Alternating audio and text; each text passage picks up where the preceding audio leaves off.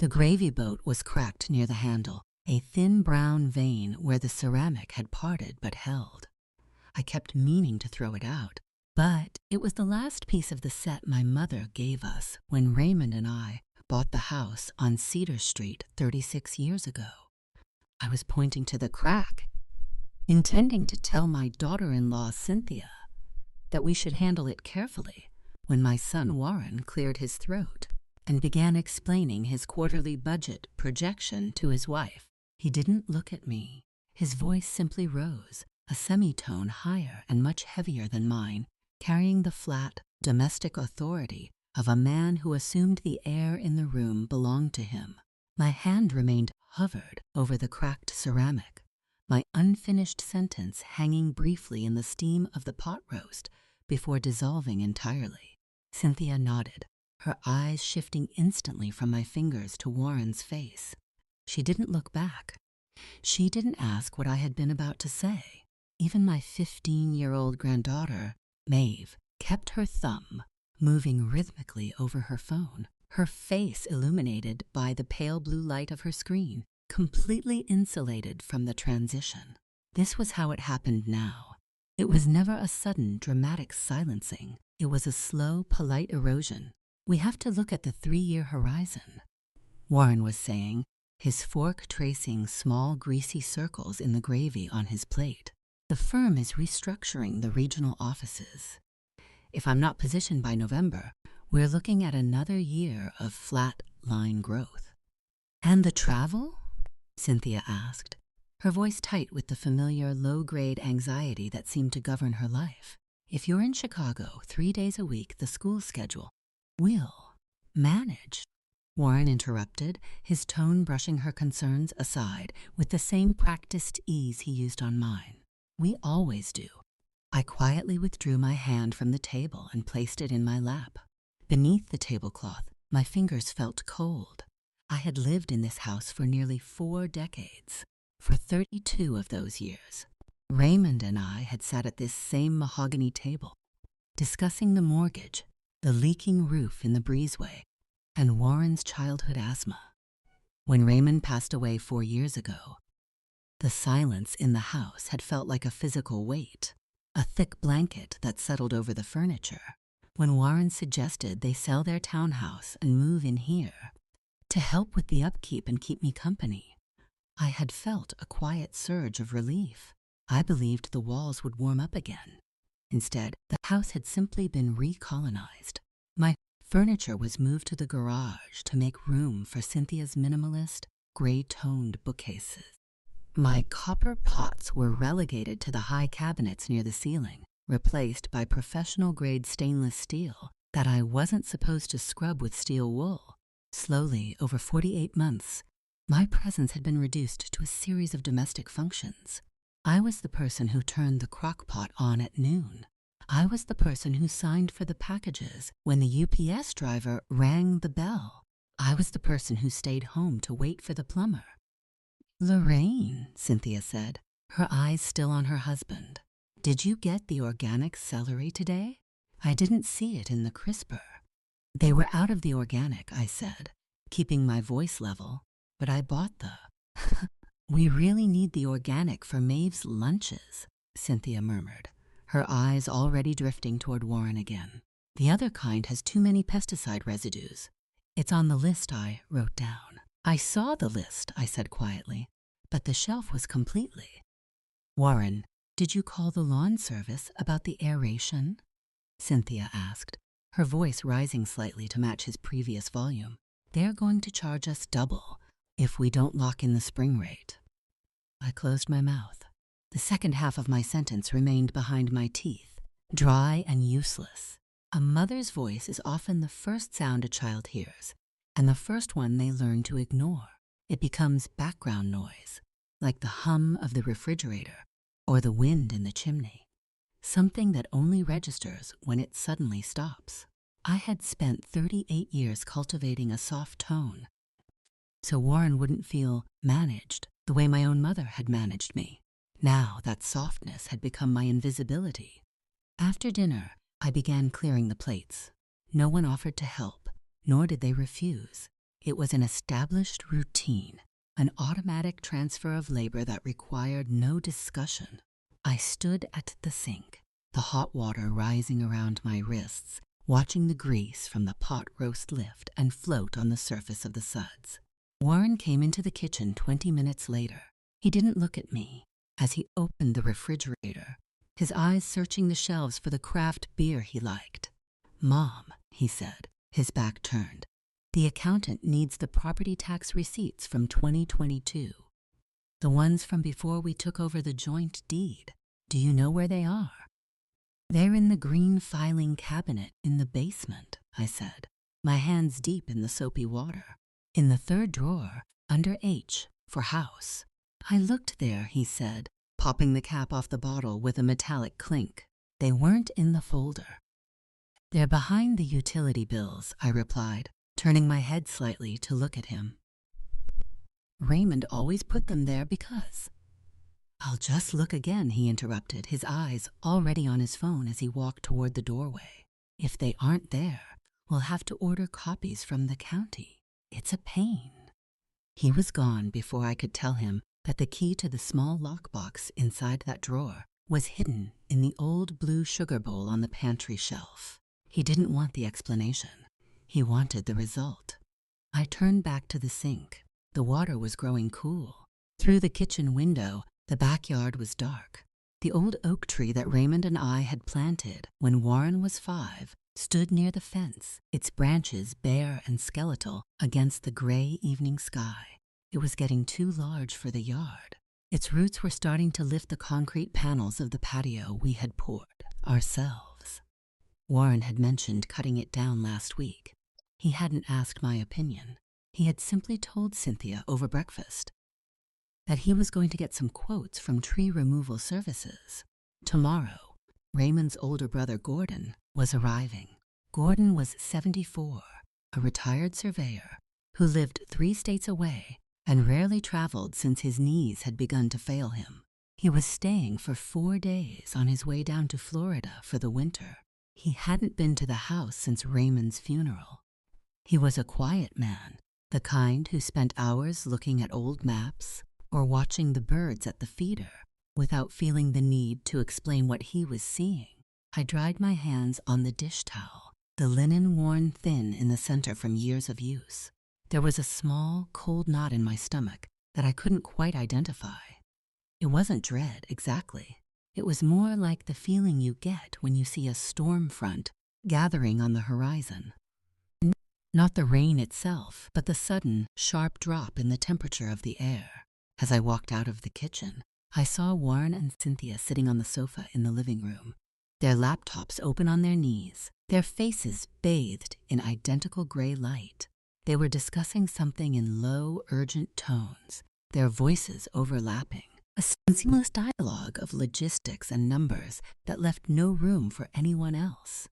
I didn't say goodnight. I didn't want to see if they would interrupt that too. The guest room smelled of lemon wax and cedar. It was the smallest room in the house, tucked at the end of the hall where the hot water pipes met the chimney, making it the only room that stayed warm without the radiator clanking. I had spent the morning changing the sheets, smoothing the heavy flannel blankets Raymond's mother had knitted 40 years ago. Cynthia stood in the doorway, holding a stack of Maeve's discarded textbooks. "Lorraine, do we really need to keep these blankets on the bed? They look so dated. I bought those microfiber duvets for the linen closet last spring." "Gordon likes the weight of these," I said, tucking the hospital corners with a precision my fingers remembered from my nursing days. "He says the new ones feel like sleeping under a cloud of nothing. He likes to know where his feet are." Cynthia sighed, a soft, dry sound that was more of an editorial comment than an exhalation. "Well, just make sure he doesn't leave his walking stick in the hallway. Maeve nearly tripped over it the last time he visited, and she has her dance recital prep this week. We can't afford an ankle injury. He'll keep it in his room," I said. I didn't point out that the hallway was 4 feet wide, or that Maeve had been looking at her phone, not her feet, when she had stumbled 2 years ago. There was no profit in arguing over small territory when the large borders had already been surrendered. Gordon arrived at 2 in the afternoon. His old Buick station wagon, its wood-paneled sides faded to the color of wet sand, groaned as it climbed the driveway. He got out slowly, his right knee locked straight until he could find his balance on the gravel. He looked smaller than he had at the funeral, his shoulders curved inward like a coat hanger that had bent under a heavy winter coat. But his eyes, when he looked up at the porch where I stood, were still the dark, clear gray of Raymond's. "Lorraine," he said, his voice like dry leaves scraping across a driveway. He didn't use his cane to climb the 3 steps. He held it in his left hand, using the iron railing that Raymond had anchored into the brick 30 years ago. "Gordon," I said, meeting him at the top. He didn't hug me with the quick, performative squeeze that Warren used when he returned from business trips. He held my shoulders for a long moment, his large, calloused hands warm through my sweater. He smelled of peppermint lozenges and old paper, the exact scent of Raymond's desk in the basement. "You've kept the hydrangeas alive," he said, nodding toward the withered brown heads of the bushes near the porch. "Raymond always said you had a way with things that wanted to die." "They're just stubborn," I said. Like me, we went inside. The house was quiet, the kind of stillness that only exists when the people who live there are temporarily elsewhere. Warren was at the office. Cynthia had taken Maeve to her violin lesson. I made tea in the kitchen. I used the heavy blue mugs, the ones with the chips on the rims that Cynthia had tried to donate to Goodwill twice. Gordon sat at the kitchen table, his long legs tucked awkwardly under the small wooden apron of the table. He watched me move between the stove and the counter. He didn't say anything for several minutes, just listened to the kettle begin its low, metallic whistle. "Warren's doing well, I hear," Gordon said, turning his mug by the handle. "He's busy," I said, setting the sugar bowl between us. "Very busy. They're looking at a promotion for him, some restructuring." "And the house?" Gordon's eyes drifted to the ceiling, where a faint water stain from a 5-year-old bathroom leak still showed. Raymond had patched the pipe, but we had never repainted the plaster. "He's taking care of the place. He has a lawn service now," I said, sitting down opposite him. "And he's looking into some tree work. The oak in the back is lifting the patio." Gordon frowned slightly, his thick eyebrows knitting together. That oak was Raymond's pride. He carried the sapling in the back of his truck from the old farm in Ocala. He spent 3 days digging the hole because of the limestone. "I know," I said. Before I could say more, the heavy front door swung open with a dull thud. Warren's voice preceded him into the hallway, loud and clipped, speaking into his wireless earpiece. "No, tell them we won't sign unless the escrow clause is removed. I don't care if the seller is balking. We have 3 other properties on the hook." He walked into the kitchen, his tie loosened, his leather briefcase hanging from his shoulder like a dead animal. He stopped when he saw Gordon, his expression shifting from corporate irritation to a practiced, professional warmth. "Uncle Gordon," Warren said, reaching out to shake his hand without taking the earpiece out of his ear. "Good to see you. You make good time?" "The traffic was heavy near the state line," Gordon said, his grip firm but brief. "But the Buick still runs." "We need to get you into something modern, Uncle G," Warren said, laughing as he walked to the refrigerator. "That thing's a safety hazard. No side airbags, no crumple zones. If someone hits you in that, you're toast." "It has 3 tons of steel around me," Gordon said mildly. "If someone hits me, they're the ones who need the airbags." Warren took out a carton of almond milk, drank straight from the spout, and caught my eye. "Mom, did you get the dry cleaning? I have the regional meeting tomorrow at 8. "It's hanging in your closet, Warren," I said. I had to go twice because they hadn't finished the— "Great, thanks," Warren interrupted, his eyes already back on his phone. He wiped his mouth with the back of his hand and looked at Gordon. So, Gordon, I was looking through some of Dad's old survey maps in the basement last week, the ones from the County Line project in '78. There's a plot map there that shows an easement on our southern boundary. Did he ever talk to you about that? He might have, Gordon said, his tea cooling between his hands. It was 40 years ago, Warren. The county had a lot of ideas back then that never came to anything. Well, the city is putting in a new utility line 2 blocks over, Warren said, leaning against the counter. If that easement is still valid, we could be looking at a significant valuation shift. I want to check the county registry, but I need the original plat number. Mom said she didn't know where the older deeds were. I told you they're in the green file, I said, my voice quiet but distinct. Raymond kept the... Yeah, but the folder is empty, Mom, Warren said, his tone dry, his eyes never leaving Gordon. I checked twice. You probably misremembered where he put them after his stroke. He wasn't very organized at the end. My hand tightened around my mug. Raymond's mind had been perfectly clear until the last 3 days of his life. Even when his right side was paralyzed, he had pointed to the drawer, his eyes urgent, making sure I knew where the papers were that kept this roof over my head. Gordon looked at me, then at Warren. He took a slow sip of his tea, the sound of the mug hitting the wooden table loud in the quiet kitchen. Your mother doesn't misremember, Warren, Gordon said. His voice wasn't angry, but it had the steady, flat tone of a surveyor who had spent 40 years measuring land down to the inch. And your father was organized until the day he died. If she says they're in the file, you might want to look behind the bills, like she told you. Warren blinked, a small flicker of surprise crossing his face before his professional mask slid back into place. Right, well, I'll take another look later. I've got to take this call. His earpiece beeped, and he was already walking out of the room, his voice rising again to fill the hallway before the kitchen door had even swung shut. Gordon didn't speak for a long moment. He watched the swinging door settle into place.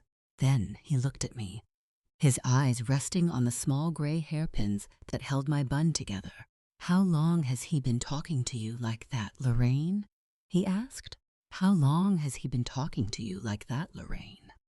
The question hung in the kitchen, heavier than the steam from our tea. I looked down at my hands.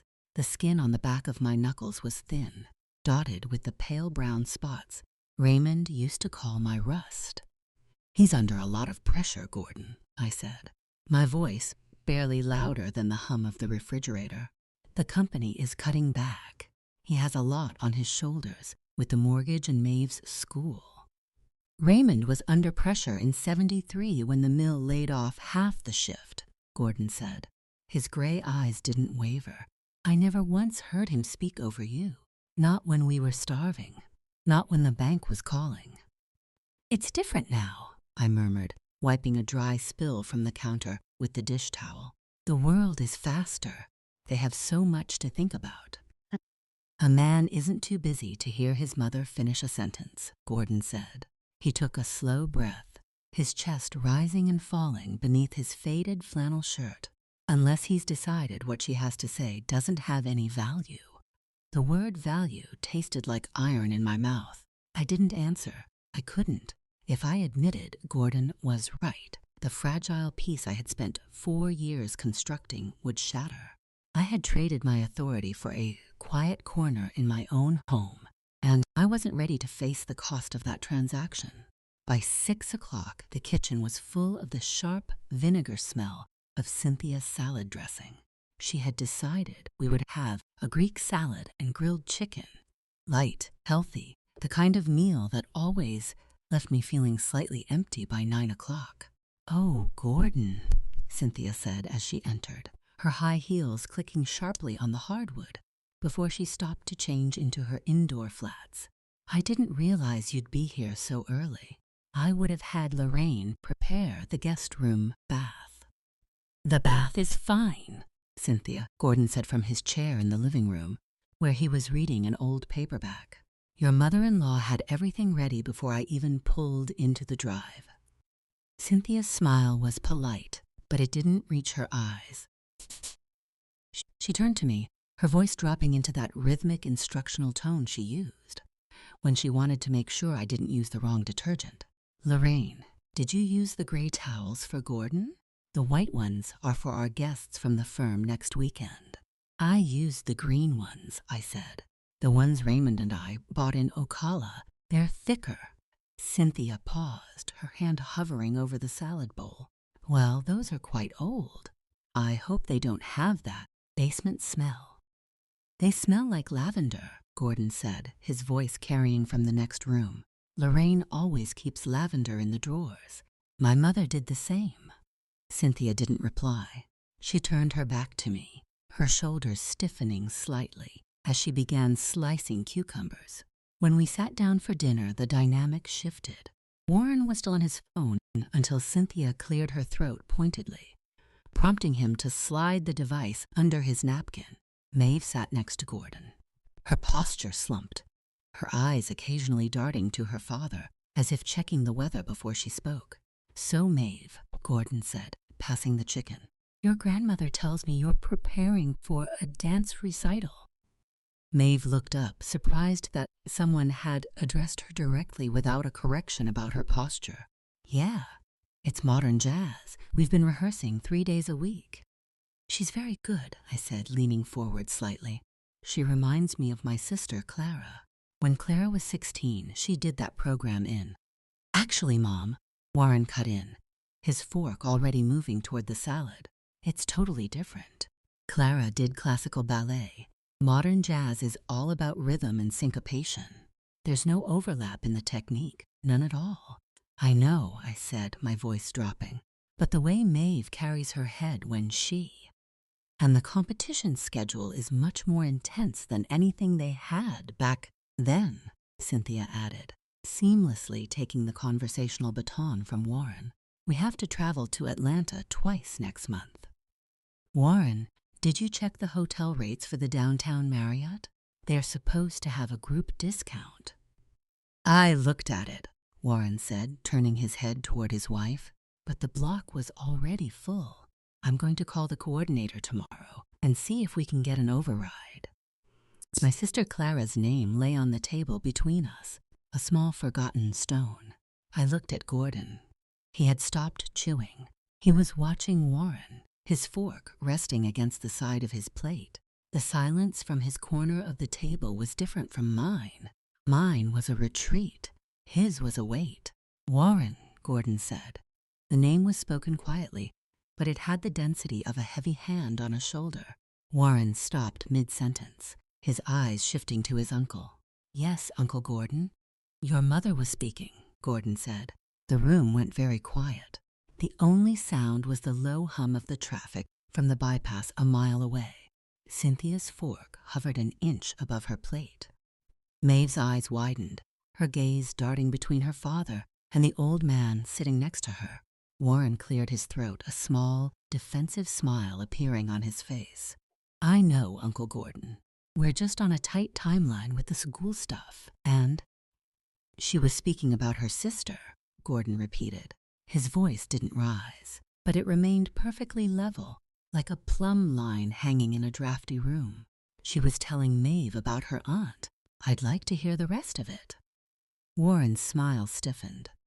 He looked at Cynthia, but she was suddenly very interested in her cucumber slice.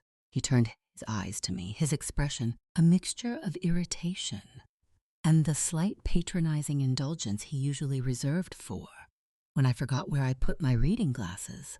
Go ahead, Mom, Warren said, his tone dry. Tell us about Aunt Clara. They were all looking at me now, but the air had gone cold and my sister's memory felt too fragile to bring out into this light. It was nothing, I said, my fingers smoothing the hem of my napkin in my lap, just that she had the same dark hair. See? Warren said, turning back to Cynthia with a quick, dismissive nod.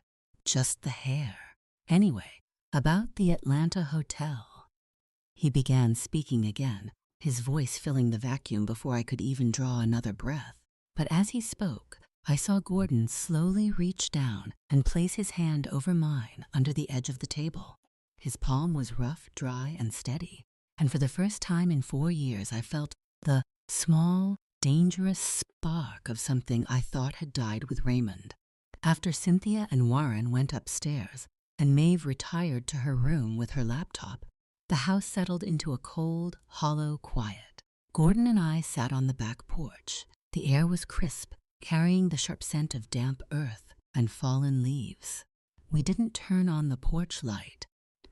We sat in the dark, watching the headlights of distant cars sweep across the canopy of the old oak tree. Raymond called me, Gordon said, his voice a low rumble in the darkness. It was the summer before his stroke, July, I think. He was sitting right where I'm sitting now. I turned my head to look at his silhouette. He didn't tell me he called you.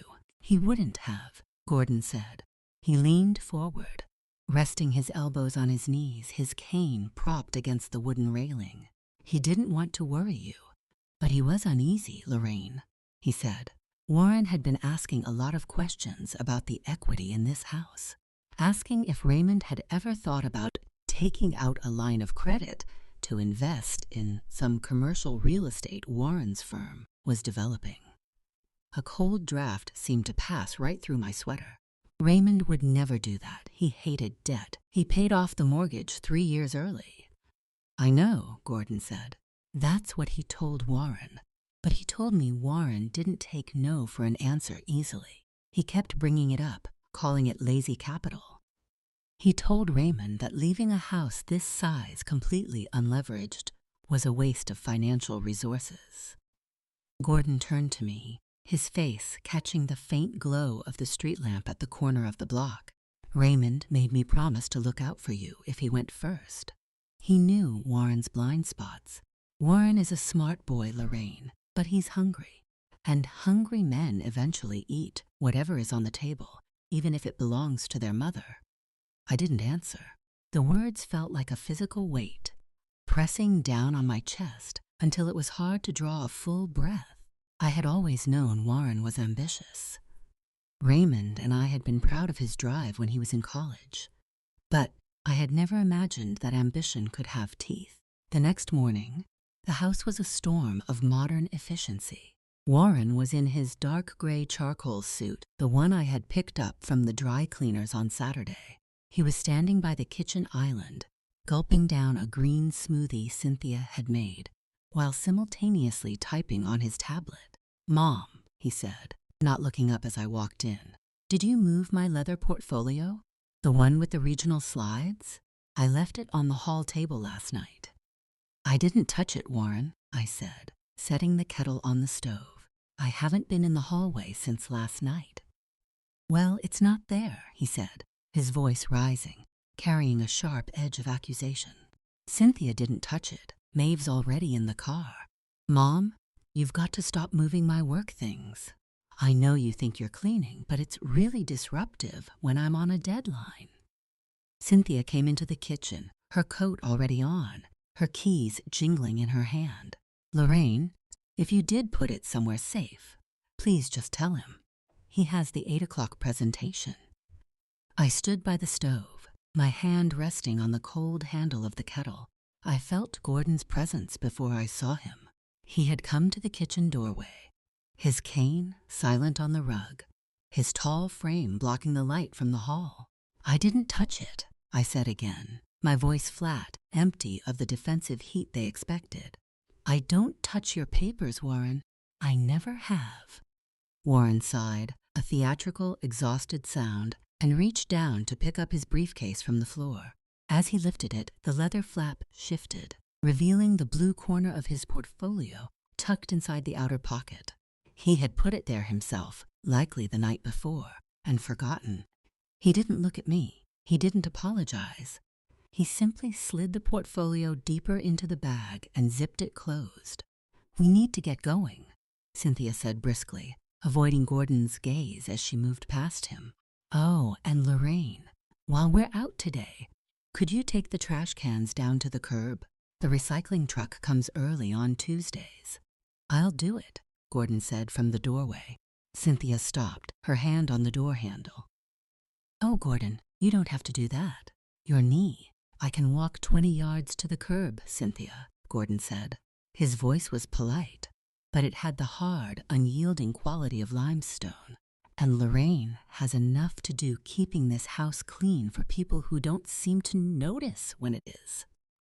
An uncomfortable silence fell over the kitchen. Warren adjusted his tie in the reflection of the microwave door, his face tight. "Right. Well, we'll be late. See you tonight." They left, the heavy front door clicking shut behind them, followed by the distant rumble of Warren's SUV backing down the gravel driveway. Once the house was quiet, Gordon looked at me. "I'm going to take the trash down. Then I think we should go down to that basement, Lorraine. I want to see those papers Raymond left." I didn't argue. 10 minutes later, I led the way down the narrow wooden stairs into the basement. It was cool down there, the air smelling of old concrete, laundry detergent, and the damp earth behind the foundation walls. Raymond's workbench was exactly as he had left it. His baby food jars, full of sorted screws and nails lined up on the shelf, his hand saws hanging from the pegboard, their steel blades wiped with oil to prevent rust. I went to the green filing cabinet in the corner, behind the old freezer. I pulled the bottom drawer open. It screeched, the metal-on-metal sound echoing in the low space. I reached behind the stack of old utility bills, just as I had told Warren to do. My fingers found the heavy manila folder marked House, Deed and Tax. I pulled it out, but as I opened it on Raymond's workbench under the bare bulb, I saw that the original deed wasn't at the front. Instead, there was a white envelope, thick and expensive, with the logo of a local commercial developer, Vanguard Land Partners, printed in the corner. The envelope was addressed to Warren. It had been opened. Inside was a document dated 3 months ago.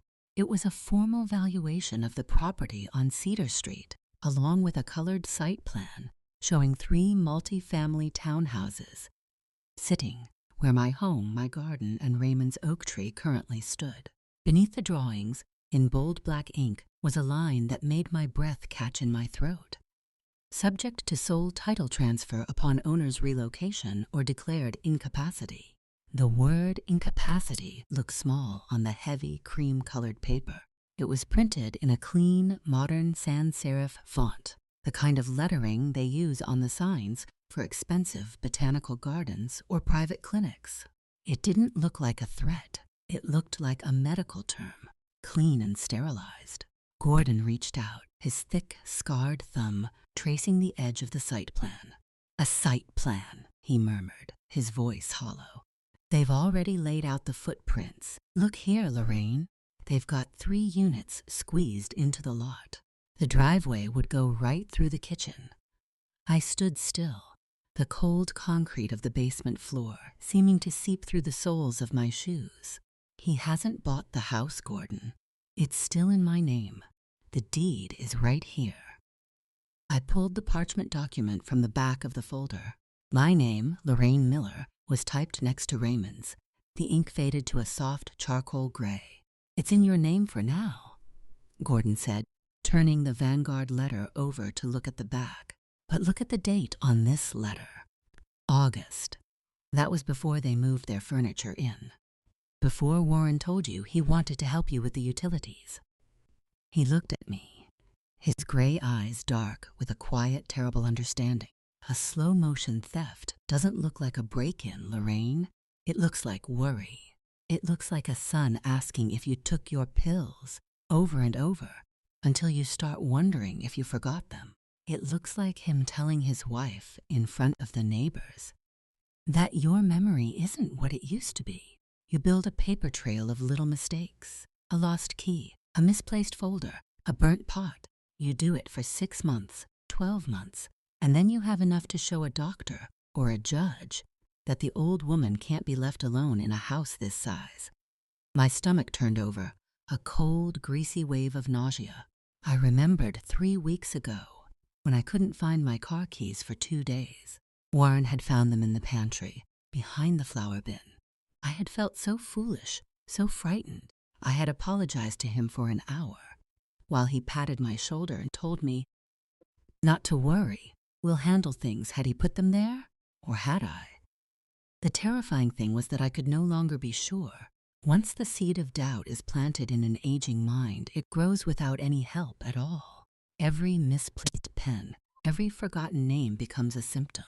"We're going to the bank," Gordon said, his jaw set. "We're going to find out what else he's been filing while you've been doing his laundry." We left the basement exactly as we found it, the green filing cabinet closed, the Vanguard letter tucked back into the manila folder. I didn't want Warren to know we had been looking. Not yet. Gordon's Buick felt like a sanctuary. The heavy doors shut out the sound of the leaf blowers from the neighbor's yard, and the old engine rumbled to life with a steady, predictable vibration. We drove down Cedar Street, past the neat, identical lawns of the suburban development that had slowly grown up around our old farmhouse over the last 20 years. The First National Bank sat on the corner of Main and 3rd, a red brick building with heavy limestone pillars that had been there since Raymond was a boy. We had kept our savings there since 1978. A young woman named Natalie sat behind the desk in the personal banking section. She had a small silver nameplate and wore a sharp navy blazer. She smiled when we sat down, but when I gave her my account number, her eyes flicked to the screen, and her posture stiffened. "Mrs. Miller?" she said, her voice dropping into that professional, hushed tone banks use when they are about to deliver bad news. "How can I help you today?" "I'd like to check the balance on my primary savings account," I said, "and I'd like a printout of the ledger for the last 6 months." Natalie's fingers hovered over her keyboard. She looked at Gordon, then back to me. "Mrs. Miller, are you aware that there was an administrative transition requested on this account last week?" "What kind of transition?" Gordon asked, leaning forward, his cane planted firmly between his boots. "A contingent hold was placed on the savings ledger," Natalie said, her eyes fixed on her monitor. "It was requested by the co-signer, Warren Miller. He submitted an application for fiduciary oversight pending a medical review." "A medical review?" My voice sounded thin, like tissue paper. "Yes," Natalie said, her face softening with a touch of genuine pity. "He filed a preliminary power of attorney inquiry. He brought in a copy of a diagnostic referral from a Dr. Vance. He said you were having some difficulty managing the household accounts, and he wanted to ensure the assets were protected while the evaluation was completed." "I haven't seen a doctor." "Vance," I said. "I don't even know who that is." "He's a geriatric specialist over at the county medical center," Gordon said, his voice flat. "Warren's college roommate's father-in-law. I remember Raymond mentioning him once." Natalie looked uncomfortable. She slid her keyboard away. "Mrs. Miller, because the inquiry has been filed, any withdrawal over $500 currently requires a secondary signature from Warren. The account isn't frozen, but it's restricted." I sat in the leather chair, looking at the small green light on the bank teller's computer. 36 years of thrift, 36 years of clipping coupons, of repairing old sheets, of choosing the store brand flour so we could put $50 a month into this account. Raymond and I had built that wall of security brick by brick, so we would never have to ask anyone for help. And now, my own son had turned that wall into a fence, and he was the one holding the gate key. "Can he do this?" I asked Gordon, "without me signing anything?" "He can file the inquiry," Gordon said, his eyes never leaving the banker's face. "Especially if he's a co-signer on the joint account Raymond set up. He's using your own name to lock you out, Lorraine." He turned back to Natalie. "Print the ledger anyway, and print the power of attorney application he filed. We have a right to see what's been submitted." Natalie hesitated, then nodded. "I can print the transaction history and the public filing forms, but I can't show you the internal medical notes Warren attached." "Just print what you can," Gordon said. The printer behind her desk began to hum, a rhythmic mechanical clicking that sounded like a clock ticking down the minutes. I looked out the window at the parking lot. The sun was high now, casting sharp black shadows under the cars. My son wasn't a monster. That was the hardest part to grasp. If you asked him, he would tell you he was doing this to save me. He would tell Cynthia that my hip was bad, that the house was too big, that I was getting confused, and that he was just taking the burden off my shoulders before I fell down the basement stairs or left the stove on. He had likely convinced himself that this was an act of filial love. But as I watched the clean white paper slide out of the printer, I knew the truth. He didn't want to save me. He wanted to clear the land. We sat in the parked Buick in the driveway. The engine turned off, the cabin slowly warming under the midday sun. Gordon had the bank printout spread across the steering wheel. His reading glasses were perched low on his nose, his thumb tracing the columns of numbers, like he was analyzing a survey grid. "Here," he said, tapping the paper, "September 12th. A transfer of $12,000 from your savings to an account named Crestwood Management, LLC. "I don't know what Crestwood is," I said. "We never had an account there." "Crestwood is a holding company," Gordon said, his voice grim.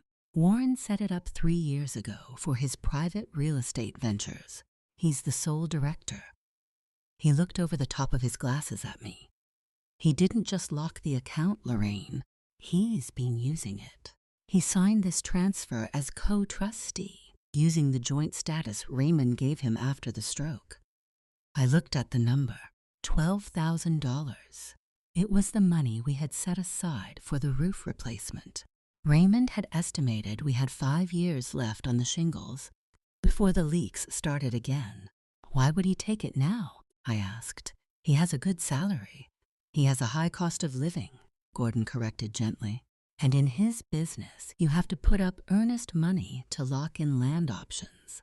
If his firm is restructuring, he might be cash poor. He used your savings as a bridge loan, thinking he'd replace it before you noticed." Gordon folded the ledger and slipped it into his breast pocket. "But if he's audited, or if you ask for that money to fix the roof, he's in trouble. Unless you aren't legally competent to challenge the transfer. If you are declared incapacitated, his actions as trustee are retroactively protected.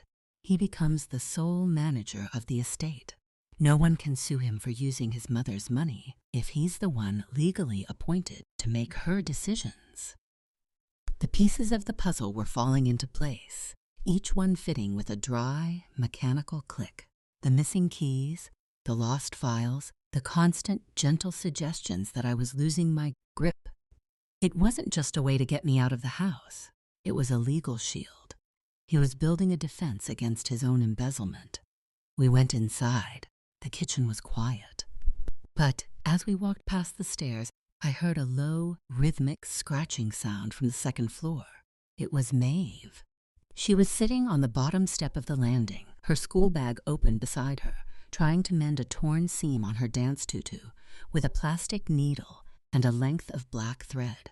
Her face was flushed with frustration, her fingers clumsy.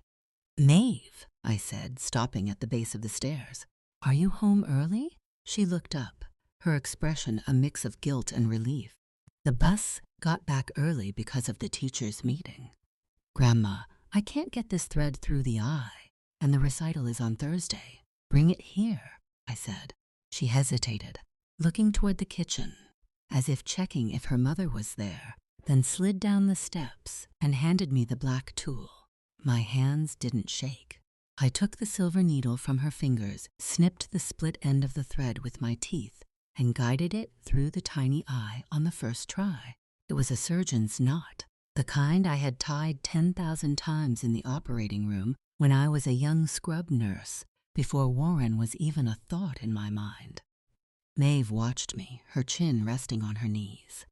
"Mom said your hands were shaking too much to do the sewing anymore. She said that's why she had to buy the pre-made costumes." "My hands are fine, Maeve," I said quietly, my needle moving smoothly through the stiff fabric of the hem. They only shake when I'm cold or when I'm tired. She was quiet for a moment. The house was very still. The grandfather clock in the hall, ticking with a heavy, brassy rhythm. "Grandma?" she asked, her voice dropping to a whisper. "Yes, sweetheart. Dad said we might be moving to a really big condo downtown next year," she said, her eyes fixed on my moving hands. "He said it has a doorman and a pool on the roof. He said you'd be living in a place with a beautiful garden and people who would cook your meals so you wouldn't have to work so hard anymore." I stopped the needle. The black thread hung between us like a tiny telephone wire. "Did he say where this place was, Maeve?" "No," she said, shaking her head. "Just that it was very nice, like a hotel. He told me not to say anything because it was a surprise for your birthday in November." She leaned closer, her voice barely audible. "But there's a lady coming tomorrow, while you and Uncle Gordon are at his physical therapy appointment." I looked at her. My heart felt very slow, very heavy. "A lady?" "Yeah," Maeve nodded. "Dad called her a senior placement consultant. He told Mom that she was coming to inspect the house's suitability. He said I should stay upstairs in my room if she asks me any questions, and that I shouldn't tell you because it would just make you anxious." Maeve looked up at me, her young face suddenly pinched with a quiet, instinctive anxiety. "Grandma, you aren't sick, are you? Mom said you were having lapses, like when you forgot the celery." I looked at my granddaughter. She was 15. She was old enough to see the edges of the adult world, but too young to understand the cruelty of its machinery. She wanted to believe her father was buying a beautiful surprise. She wanted to believe the placement consultant was just a helper. "I'm not sick, Maeve," I said, my voice steady, my eyes holding hers. "I just have a very quiet voice. And sometimes, in this house, people confuse silence with absence." I finished the stitch, tied off the knot with a clean pull, and snipped the thread.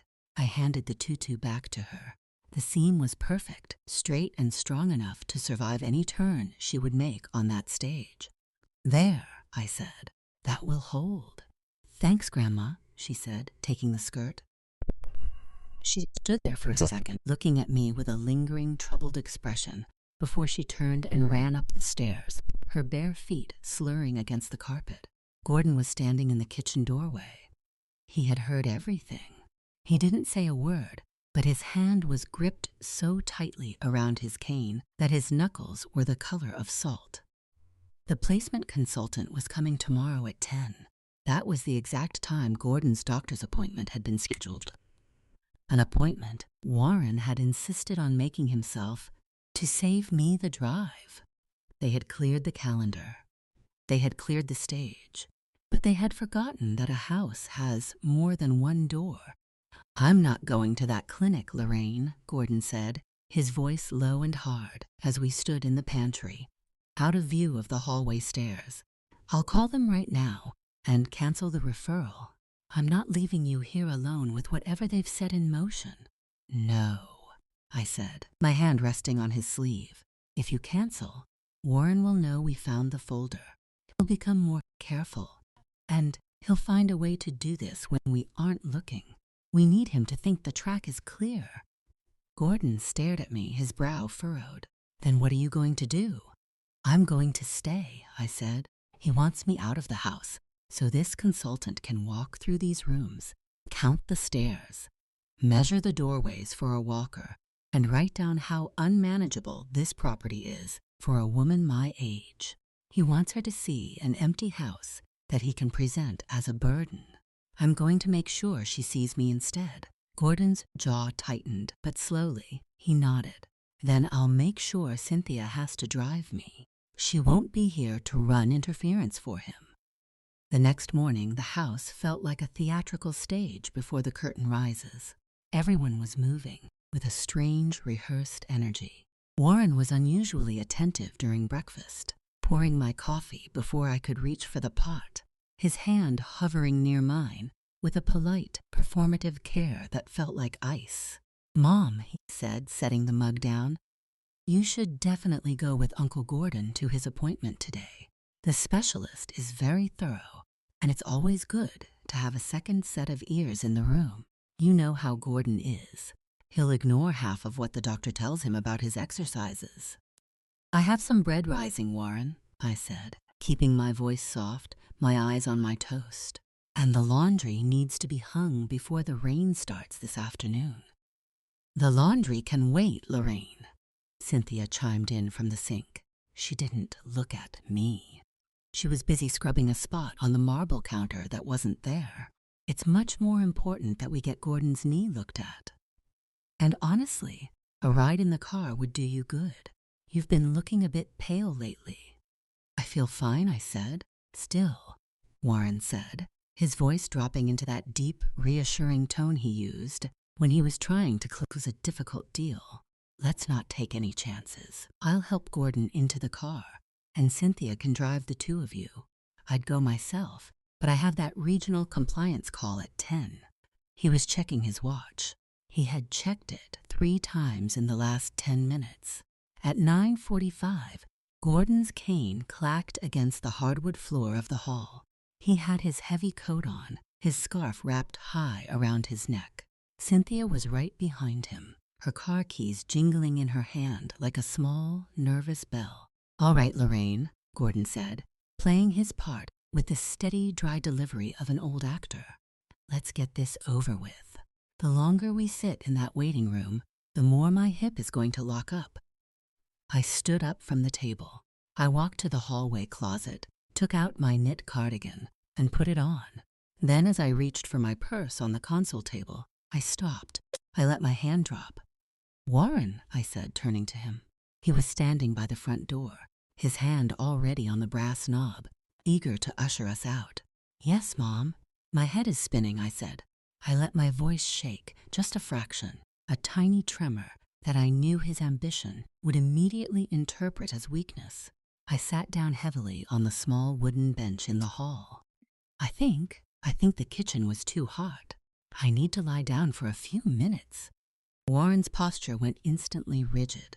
The polite, helpful son vanished for a split second, replaced by a man whose schedule had just been disrupted by an uncooperative variable. Mom, he said, his voice sharpening. The car is already running. The doctor's office is 30 minutes away. We can't be late for this appointment.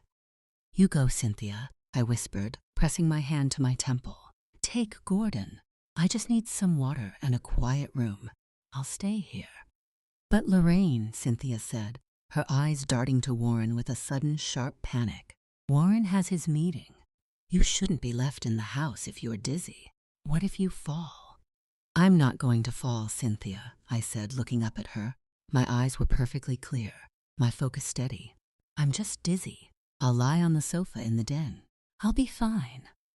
Warren took 2 steps toward me, his hand reaching out as if to physically hoist me toward the door. Mom, really, it's better if you come, I insist. We'll roll the window down, get some fresh air in you. I said no, Warren, I said. I didn't raise my voice. I didn't have to. It was the tone I had used when he was 7 years old and had tried to run into the street after a stray ball. It was the quiet, absolute authority of a mother who had spent 30 years setting the boundaries of his life. Warren froze. His hand remained suspended in the air between us, his fingers twitching slightly. Cynthia, Gordon said, from the porch, his voice dry and loud. The wind is blowing right through my trousers. Are we going or not? Cynthia looked at Warren, her face pale, waiting for a signal. Warren looked at me, his eyes dark, his jaw muscle working under the skin. For 5 long seconds, the hall was completely silent, save for the ticking of the grandfather clock. Go, Warren finally said to his wife, his voice tight. Take Gordon. I'll stay with Mom until my call starts. You don't need to stay, Warren, I said. Standing up from the bench, my dizziness miraculously vanished. You have your meeting. I'm going to lie down now. I turned and walked slowly, steadily, up the stairs toward my bedroom. I didn't look back to see his face, but I could hear his breathing, short, heavy, and hot, with a frustration he couldn't release. The front door opened and closed. The Buick's engine rumbled down the driveway. I stood at my bedroom window, watching the station wagon disappear around the corner. Downstairs, the house went completely silent. I knew Warren was still there, sitting at the kitchen island, his laptop open, his earpiece in, waiting for 10 o'clock. And then, precisely at 10, the doorbell rang. "She's had a particularly difficult morning," I heard Warren saying as I reached the middle landing of the stairs.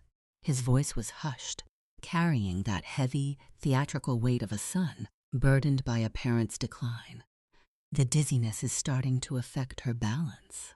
Honestly, Cheryl, after what happened with the keys last week, Cynthia and I are really starting to think a fully managed environment is the only safe option. The stairs here are they're a hazard." I stepped off the final step onto the hardwood floor of the entryway. "Good morning," I said. Warren jumped, his shoulder twitching as he spun around. The woman standing on the porch threshold turned her head toward me.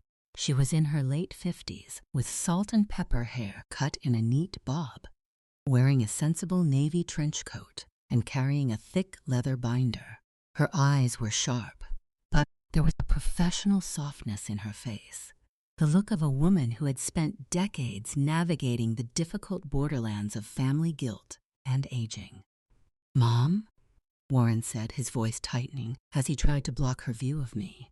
"I thought you were resting. You said your head was spinning." "The cool air from the hall cleared it right up, Warren," I said, walking past him. My stride was even, my spine straight. I extended my hand to the visitor. "Hello, I'm Lorraine Miller. You must be Cheryl." She took my hand, her grip firm and warm. Her eyes swept over my face, taking in the neatness of my hair, the dry clarity of my eyes, and the steady press of my fingers. "Cheryl Mitchell, Lorraine, it's a pleasure to meet you." "Please come into the dining room," I said, gesturing toward the mahogany table. "The kitchen is a bit cluttered this morning, but I've just set the kettle to boil. Would you like some peppermint tea?" "Peppermint would be lovely, thank you," Cheryl said, stepping into the hall. Warren's face had gone a strange, pale shade of clay. His earpiece was still in his ear, the small blue light blinking against his jawline like a warning beacon. "Mom, really, I can handle the tea. You should sit down. Cheryl and I were just going to do a preliminary walkthrough to look at the structural layout." "I know this layout better than anyone, Warren," I said, offering Cheryl a small, polite smile. "Your father and I designed the floor plan on graph paper at this very table. I'll be right back with the tea." I walked into the kitchen. My hands were perfectly steady as I lifted the heavy ceramic teapot, the one Cynthia had tried to replace with a lighter metal one, and poured the boiling water over the tea leaves. I placed the pot, 2 clean mugs, and a small jug of milk on a wooden tray. When I returned to the dining room, Cheryl was sitting at the table, her binder open. Warren was hovering near the sideboard, his arms crossed over his chest, his foot tapping a rapid, silent rhythm against the baseboard. "Lorraine," Cheryl said as I set the tray down and took my seat opposite her, "your son has shared some concerns with our agency regarding the size of the property and how you're managing the daily upkeep. How do you feel about the house lately?" "The house is large," I said, pouring the tea, "but it's comfortable. I do the vacuuming on Tuesdays, the laundry on Wednesdays, and I walk down to the corner grocery twice a week for fresh vegetables. It keeps my joints from locking up." "And the stairs?" Cheryl asked, her pen hovering over her intake sheet. "Warren mentioned you've had some balance issues." "I had a brief spell of dizziness this morning because the kitchen was warm," I said, looking directly at Warren. He avoided my gaze, his eyes fixed on the window. "But generally, I have no trouble. The stairs are white oak, built with a 7-inch rise. My late husband, Raymond, was a carpenter. He knew that an 8-inch rise is too steep for older knees, so he customized them. I find them much easier than the concrete steps at Warren's old townhouse." Cheryl made a small, neat notation in her book. "I see." She turned a page, her expression shifting slightly as she looked at a printed document. Warren, on the preliminary questionnaire you submitted online, you checked the boxes for marked cognitive disorientation and incidents of domestic safety hazards. You wrote here that your mother had left the oven unattended, causing a fire hazard, and that she frequently misplaces essential household items like keys and documents. Warren cleared his throat, his posture shifting into a defensive corporate stance. Well, yes, that's accurate. The key incident was just last week. We had to search the entire house for 2 days. It was very distressing for her. And the oven, there was an afternoon where the kitchen was full of smoke because she'd forgotten a timer. I took a slow sip of my tea. The warmth of the peppermint went down my throat, steadying my voice. The oven incident was in August, Cheryl, I said. Cynthia had asked me to bake a souffle for her book club. She had purchased a new digital timer for the stove that I hadn't used before. It has a silent setting, which she had activated. I sat in the living room waiting for the bell, but because it was silent, the crust scorched. There was no fire, only some burnt cheese. I cleaned the oven myself the next morning. Cheryl looked at Warren. And the keys? The keys were in the pantry, I said. In the back, behind the flour bin where Warren keeps his protein powders. He found them there. It was very helpful of him to find them. Of course, I don't use the protein powders, so I rarely have occasion to reach behind that bin. Cheryl's pen stopped. She looked at me, then at the ledger of Warren's protein shakes sitting on the kitchen counter, visible through the open doorway. She had spent 20 years in this business. She knew the difference between a family struggling to support a declining matriarch and a family trying to construct a narrative of decline. I see, Cheryl said again, her voice softer now. She closed her binder with a quiet thud. Warren, I think it would be best if I did the walkthrough of the upper floor and the basement now, but I'd like to do it with just Lorraine, if you don't mind. It's our agency's policy to evaluate the client's independent navigation of the space without family members assisting. Warren's mouth opened slightly, then shut. The small blue light on his ear blinked twice in the quiet room. Sure, he said, his voice tight, almost hoarse. Sure, I'll be in the study. I have my compliance call. He walked out of the room, his leather shoes dragging slightly on the rug. Cheryl waited until the study door clicked shut. Then she reached across the mahogany table and gently touched the handle of my teacup. Lorraine, she said, her voice dropping into a quiet, serious register. Your son's application was filed under an expedited priority protocol. He paid the premium fee for a 90-day placement search. Do you know why he's in such a hurry? Lorraine, Cheryl said, her voice dropping into a quiet, serious register. Your son's application was filed under an expedited priority protocol. He paid the premium fee for a 90-day placement search. Do you know why he's in such a hurry? I looked at the teacup in my hands. The porcelain was warm, but my fingers still felt cold. His firm is restructuring. He says he wants to make sure my future is secure before his schedule gets too demanding. Cheryl let out a slow, quiet breath. She leaned back in her chair, her binder remaining closed on the table. The 90-day protocol is usually reserved for families facing immediate medical crises, patients who have suffered major strokes, or whose cognitive decline has progressed so rapidly they've become an immediate danger to themselves. It bypasses several standard state review boards. If Warren has a medical referral from a doctor, he can move very quickly. He has a referral, I said, my voice steady, from a Dr. Vance, a geriatric specialist. Yes, Cheryl said, her eyes narrowing slightly. I saw his name on the intake sheet. Dr. Vance has a reputation for being cooperative with families who find the state standard evaluation process too slow. He often signs off on assisted transition recommendations without conducting a full neurological assessment. She stood up, picking up her leather binder. Let's look at the upper floor, Lorraine, but we won't look at the closet space. We're going to talk about how you can protect yourself. As we climbed the white oak stairs, Cheryl spoke in a low, even tone, her voice barely carrying past the banister. My report will state that you are fully lucid, physically capable of navigating this home, and showing no signs of cognitive impairment. That will stall Warren's application with our agency. We will not accept him as a client for a forced placement. But you need to understand something. Our agency is only one avenue. If he has a cooperative physician, he can still petition the county court for a temporary conservatorship. He only needs to show a pattern of domestic instability to get a hearing. A pattern, I whispered, my mind flicking back to the lost keys, the burnt soufflé, the organic celery. Yes, Cheryl said, stopping on the landing, and he needs witnesses. Usually, the court requires at least one family member who resides in the home to verify the daily incidents. If he has that and Dr. Vance's signature, a judge can grant a temporary order to freeze your assets and transfer your residency decisions to him, pending a full state evaluation.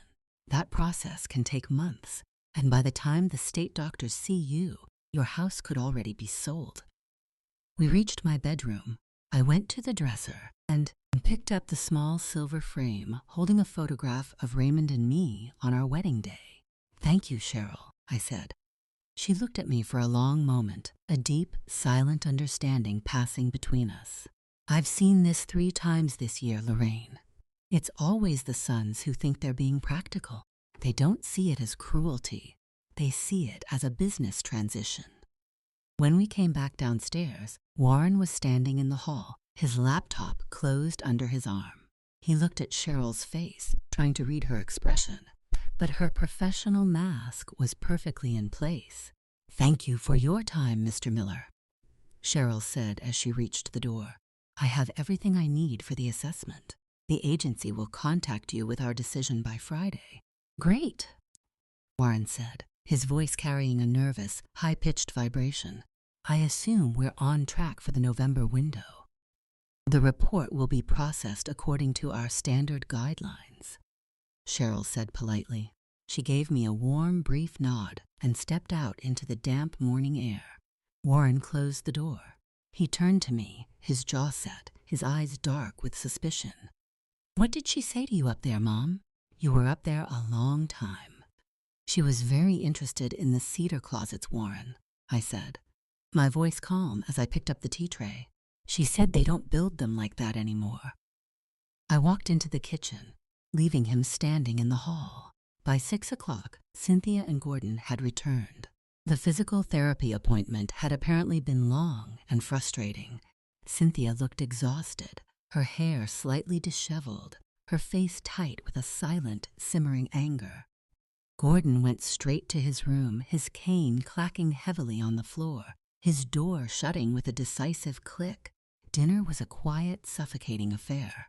Warren barely touched his chicken, his eyes fixed on his phone under the napkin, his thumb twitching. Cynthia kept her eyes on her plate, her fork scraping against the ceramic with a dry, metallic screech. At 9, I went up to my bedroom. I didn't turn on the light. I sat in the armchair near the window, watching the rain start to streak the glass. The house was old.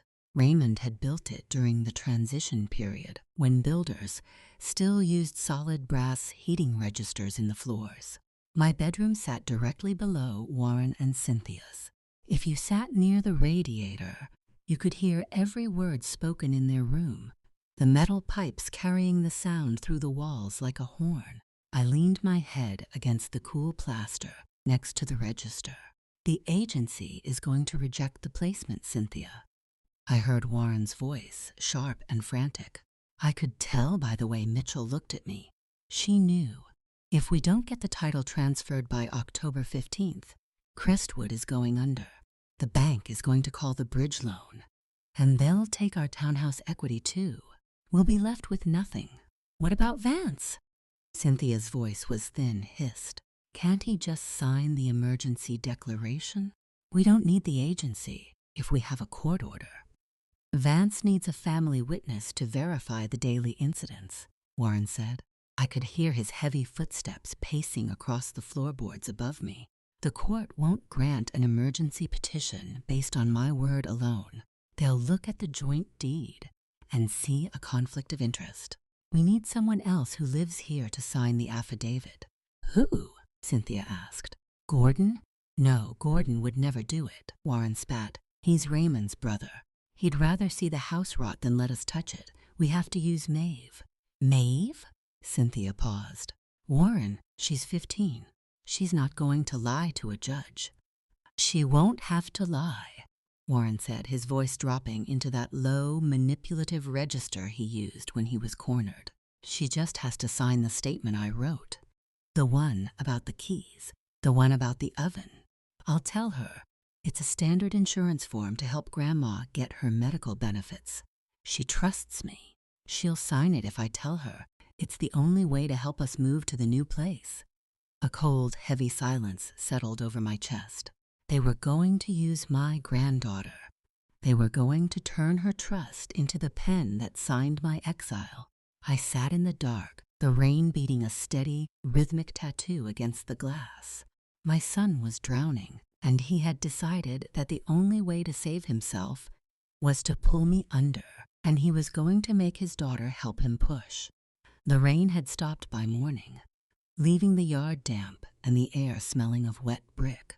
Maeve sat at the kitchen island, her chin propped on her hand, staring into her bowl of oatmeal. Her eyes were red-rimmed, the dark circles under them looking bruise-like in the pale morning light. You're not eating, sweetheart, I said, setting a glass of orange juice next to her bowl. My stomach hurts, she whispered. The dress rehearsal is at 4. What if my heel catches on the tool, Grandma? What if I ruin the whole piece? I sat down on the stool next to her. I didn't reach out to pat her head. I knew at 15 she wanted to be taken seriously, not coddled. When I was 19, I had to assist on my first major surgical procedure. It was a triple bypass. My job was to keep the retractors steady for 4 hours. My shoulders ached so badly I thought I would collapse, and I was terrified my hand would slip. Maeve looked up, her interest caught. What happened? Nothing, I said, offering her a small smile. I looked at the patient's face under the sterile drape. I realized he was just a father, someone who wanted to go home to his family. I stopped thinking about my hands and started thinking about his life. When you're on that stage today, Maeve, don't think about your feet. Think about the music. Let the music carry you, and your feet will remember where to go. She took a slow breath, her shoulders dropping slightly. Okay, and Maeve, I added, keeping my voice very quiet, very steady. Grown-ups sometimes get very frightened when they're under pressure. They make decisions because they're afraid of losing things. But you must promise me something. She looked at me, her eyes wide and clear. What? Never sign your name to any paper unless you have read every single word yourself. Not for your father, not for your mother, not even for me.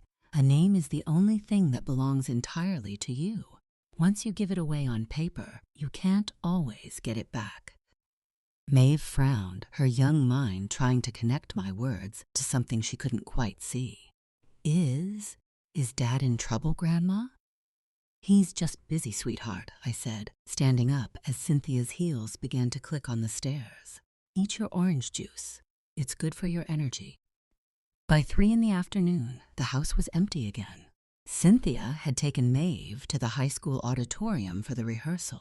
Gordon had gone to the local library to look at the historical archives. A quiet excuse to get out of the house and leave me room to move. I was in the kitchen, wiping down the baseboards when the front door opened. It was Warren. He was home early, his tie already gone, his shirt collar open. He had a thick manila envelope in his hand. He stopped when he saw me, his expression tightening, before he forced his mouth into a flat professional smile. Mom, he said, where's Maeve? She's at the rehearsal with Cynthia, I said, rinsing my cloth in the sink. They won't be back until 5. Warren's jaw tightened. He looked at his watch, then down at the envelope in his hand. Right. Well, I'll just wait for her in the study. Is that the insurance paperwork, Warren? I asked. I turned off the tap, the kitchen suddenly going very quiet. He froze. His eyes flicked to mine, sharp and defensive. What paperwork? The papers for Dr. Vance, I said, my voice level carrying the flat weight of a statement rather than a question. The ones you want Maeve to sign. The ones that say I'm confused, so the insurance will cover my visits. Warren's face drained of color, his skin turning the gray of wet cement. He took 2 steps into the kitchen, his hand gripping the manila envelope so tightly the cardboard began to buckle. You've been listening to my conversations, Mom? I don't need to listen to your conversations, Warren, I said, drying my hands on the dish towel. The heating registers in this house have carried sound since 1980. Raymond and I used to hear you crying when you had those nightmares about the dark. I know exactly what you're doing. You don't know anything, he hissed, his voice dropping into a desperate low register. You don't understand the financial reality here. Crestwood is facing a margin call. If I don't secure the equity in this house by the 15th, they're going to foreclose on our townhouse. We'll lose everything. Cynthia, Maeve, we'll have nowhere to go. And your solution is to throw your mother out of her own home, I asked. To use your 15-year-old daughter to commit fraud so you can clear the land for townhouses? It's not throwing you out, he shouted, his voice cracking with a sudden, ugly panic. The senior community in Ocala is beautiful. They have a pool, they have doctors on site. It's safe for you, Mom. It's what's best for you. It's what's best for Crestwood, Warren, I said. I took 2 steps toward him. I was shorter than him, my shoulders bent by 62 years of life. But as I looked up into his face, he was the one who looked small. I know about the $12,000 you took from my savings in September, I said, my voice dropping to a whisper that sounded like dry paper scraping on stone. I know you signed it as co-trustee, and I know that if the state reviews those accounts before you're appointed my conservator, you'll be facing more than just a margin call. You'll be facing a grand larceny charge. Warren's mouth opened, but no sound came out. His eyes were wide, wet with a sudden, terrifying realization. He looked at me not as his mother, the quiet woman who made his pot roast and ironed his shirts, but as a predator looks at a trap that has just clicked shut around his leg. You won't do that, he whispered, his hands trembling. You're my mother. You wouldn't do that to me. A mother's unconditional love is a beautiful thing, Warren, I said, my voice perfectly calm, perfectly cold. But some people confuse unconditional love with permanent access. I spent 38 years holding this family together. I will not let you tear it down to pay for your mistakes. The grandfather clock in the hall struck 4. The heavy brass chimes echoing through the quiet house like a tolling bell.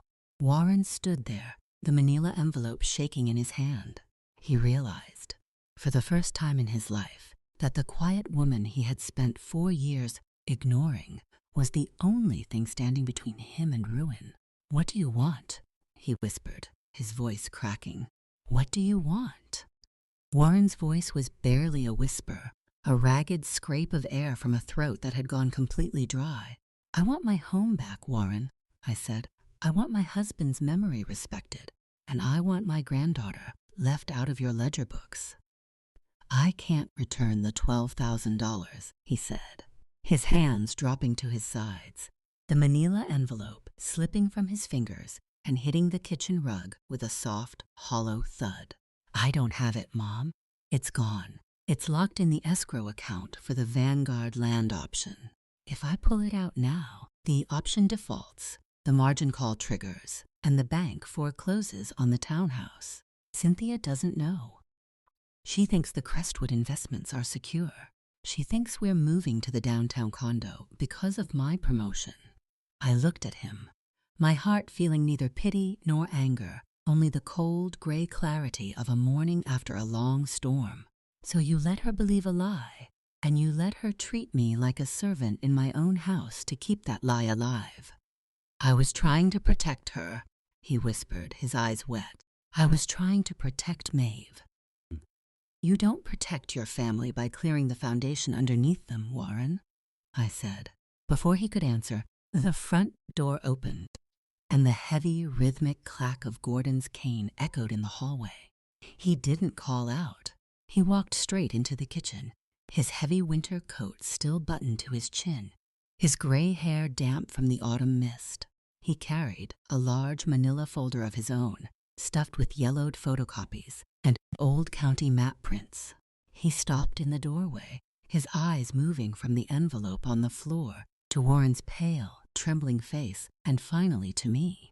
Am I interrupting? Gordon asked, his voice flat. No, Gordon, I said. Warren was just explaining his escrow options. Gordon took off his wool cap, shaking the moisture from it before laying it on the counter. He walked to the table, ignoring Warren entirely, and spread out his photocopies. Well, it's a good thing I spent the morning at the county registrar's office. I think your escrow options just went up in smoke, Warren. Warren frowned, his professional instinct briefly overriding his panic. What are you talking about? Raymond and I surveyed this entire block in 1978, Gordon said, pointing to a faded blueprint showing the original boundaries of the Cedar Street parcels. The land this house sits on was originally part of the old Miller homestead. When your father and I subdivided the acreage to build this house, Raymond insisted on filing a restrictive covenant with the county. Gordon looked up, his dark gray eyes locking onto his nephew's face. It's a single-dwelling historic protection easement, Warren. It's tied to the deed in perpetuity. The land cannot be subdivided, and no structure other than a single-family residential home can be built here without a unanimous variance vote from the County Historical Commission. And the current head of that commission is Donald Vance, Dr. Vance's older brother, who has been trying to stop Vanguard from developing the Northern Ridge for 5 years. The kitchen went completely still. The only sound was the low hum of the refrigerator. Vanguard didn't tell you that, did they? Gordon asked, his voice carrying a dry, mocking edge. They offered you a contract that pays out only after zoning approval. They knew about the covenant. They were hoping you'd use your position as your mother's conservator to sign away the easement, taking the legal liability off their shoulders. If the Historical Commission sued, and they would, you'd be the one in court, not Vanguard. They'd walk away with your $12,000 earnest deposit as a default penalty, and you'd be left with a bankrupt holding company and a pile of legal bills. Warren stared at the blueprint, his mouth slightly open. He reached out, his hand shaking as he touched the yellowed copy of the deed restriction. His thumb traced Raymond's signature at the bottom, the bold, clear ink of a man who had spent his life making sure things were square, straight, and built to last. Raymond had protected this house 40 years ago, before Warren was even old enough to walk. He had built a wall around my future that his own son couldn't climb, no matter how desperate he became. They lied to me, Warren whispered, his voice cracking. Vanguard told me the easement was obsolete. A developer's job is to buy land, Warren, not to teach you how to read a title registry, Gordon said, folding his arms. You were so busy trying to prove your father was unorganized that you didn't bother to check his work. Warren sat down heavily on one of the wooden kitchen chairs. He looked small, defeated, like a child who had tried to build a fort out of dry leaves only to watch the wind blow it away in seconds. The front door opened again, and the sound of Cynthia's voice carried into the hall, high and bright, followed by Maeve's soft laughter. They were back from the rehearsal. Warren? Cynthia called out, her heels clicking on the hardwood. Are you home? The director said. Maeve's solo was absolutely perfect. We need to plan the dinner for... She stopped in the kitchen doorway. Her eyes took in the documents spread across the table, the envelope on the floor, and the heavy, silent tension that filled the room.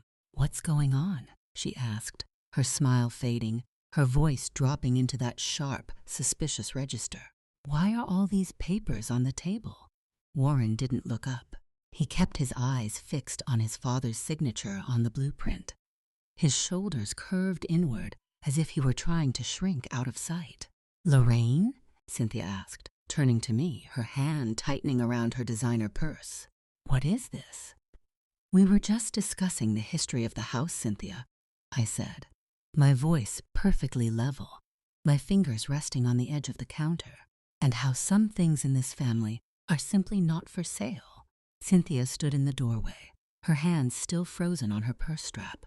Her eyes darted from Warren's curved, back to the blueprints spread across the table, and then to Gordon, who was calmly folding his reading glasses and sliding them into his pocket. "Warren?" Cynthia said, her voice dropping into a low, dangerously thin register. "What is Uncle Gordon talking about? What margin call?" Warren didn't move. He looked like a man who had been frozen by a sudden Arctic frost. "Your husband's private holding company, Crestwood, is facing foreclosure on your townhouse next Wednesday, Cynthia," Gordon said. His voice was entirely devoid of drama, carrying only the dry professional weight of a surveyor reading a boundary line. He used $12,000 from Lorraine's savings as an earnest deposit for a land option with Vanguard, hoping the sale of this house would cover his debts. But the sale can't happen. The land is protected by a permanent historic easement. Cynthia's hand slowly released the purse. It slid down her arm, hitting the hardwood floor with a heavy, leather-bound thud. A small, silver lipstick case rolled out of the unzipped pocket, tapping against the base of the sideboard before coming to a stop. "Foreclosure," she whispered. She looked at Warren, her face turning the color of skim milk. "The condo downtown? The luxury listings you showed me last week, the moving company you called." "There is no condo, Cynthia," I said quietly from the stove. She spun to look at me, her eyes wide, wild with a mixture of embarrassment and terror.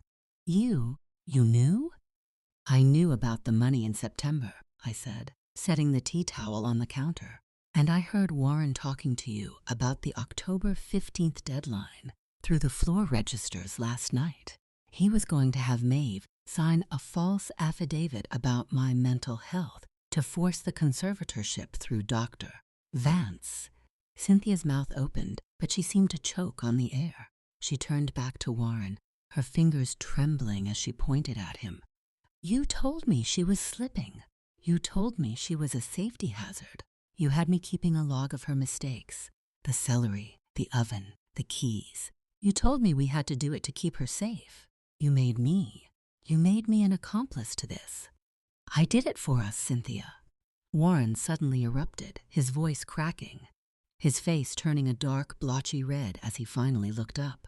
"I did it to keep the townhouse. If we lose that, we have nothing. No credit, no security, nothing. I was trying to save our lives." "You were trying to save your reputation, Warren," I said. My voice was very soft, but it cut through his shouting like a cold draft. He stopped, his chest heaving, his eyes wet and desperate. "You stole from your mother," Cynthia whispered. The anger in her voice was gone, replaced by a deep, shuddering disgust. She looked at him as if he were a stranger who had crawled out of the woodwork. "And you lied to me. For months, you let me think we were moving because of your promotion. You let me spend money we didn't have on Maeve's dance tuition, on clothes, on furniture. Mom, Dad," we all turned. Maeve was standing on the bottom step of the landing, her school blazer half unbuttoned, her violin case clutched in her right hand. Her eyes were wide, darting between her mother's pale face and her father's collapsed posture. She had heard enough to know that the beautiful house of cards her parents had built was falling, and that she was standing in the wreckage. Cynthia took a deep, shaky breath, her maternal instinct briefly overriding her panic. "Go upstairs, Maeve. Put your violin away now." "But, Mom," "I said upstairs, Maeve." Cynthia's voice rose, sharp and brittle. Maeve flinched. She looked at me, her eyes pleading for a quiet truth, but I only gave her a gentle, reassuring nod. Go on up, sweetheart, I said. Put the kettle on in your room if you're cold. I'll bring you some biscuits in a few minutes. Maeve hesitated, then turned and ran up the stairs, her feet heavy on the steps Raymond had built to be quiet. Once her door clicked shut on the 3rd floor, the kitchen settled back into its suffocating stillness. Cynthia sat down on the stool near the island, her head in her hands, her shoulders shaking silently. Warren remained in his chair, staring at the floor, his fingers twitching against his knees. They were bankrupt, physically, financially, and morally. The lifestyle they had spent 10 years cultivating, the private school, the organic groceries, the clean, gray-toned aesthetic of modern suburban success, was gone, revealed to be nothing more than a lease on a life they couldn't afford. Gordon stood up, picking up his map folders. Well, I'm going back to the library. The historical archives close at 5, and I want to make sure I have the county commissioner's registry for Donald Vance's office. He looked at Warren, then at Cynthia. You've got 6 days until Wednesday. I suggest you start packing the gray bookshelves. He walked out, the front door closing behind him with a solid, definitive click that sounded like a judge's gavel. Cynthia looked up from her hands, her eyes red and swollen. She looked at me, the woman she had spent 4 years trying to turn into an invisible ghost in her own kitchen. "What are we going to do, Lorraine?" she whispered, her voice stripped of all its former authority. "We have nowhere to go. If the bank takes the townhouse, our credit is ruined. We can't lease an apartment. We can't even pay the deposit."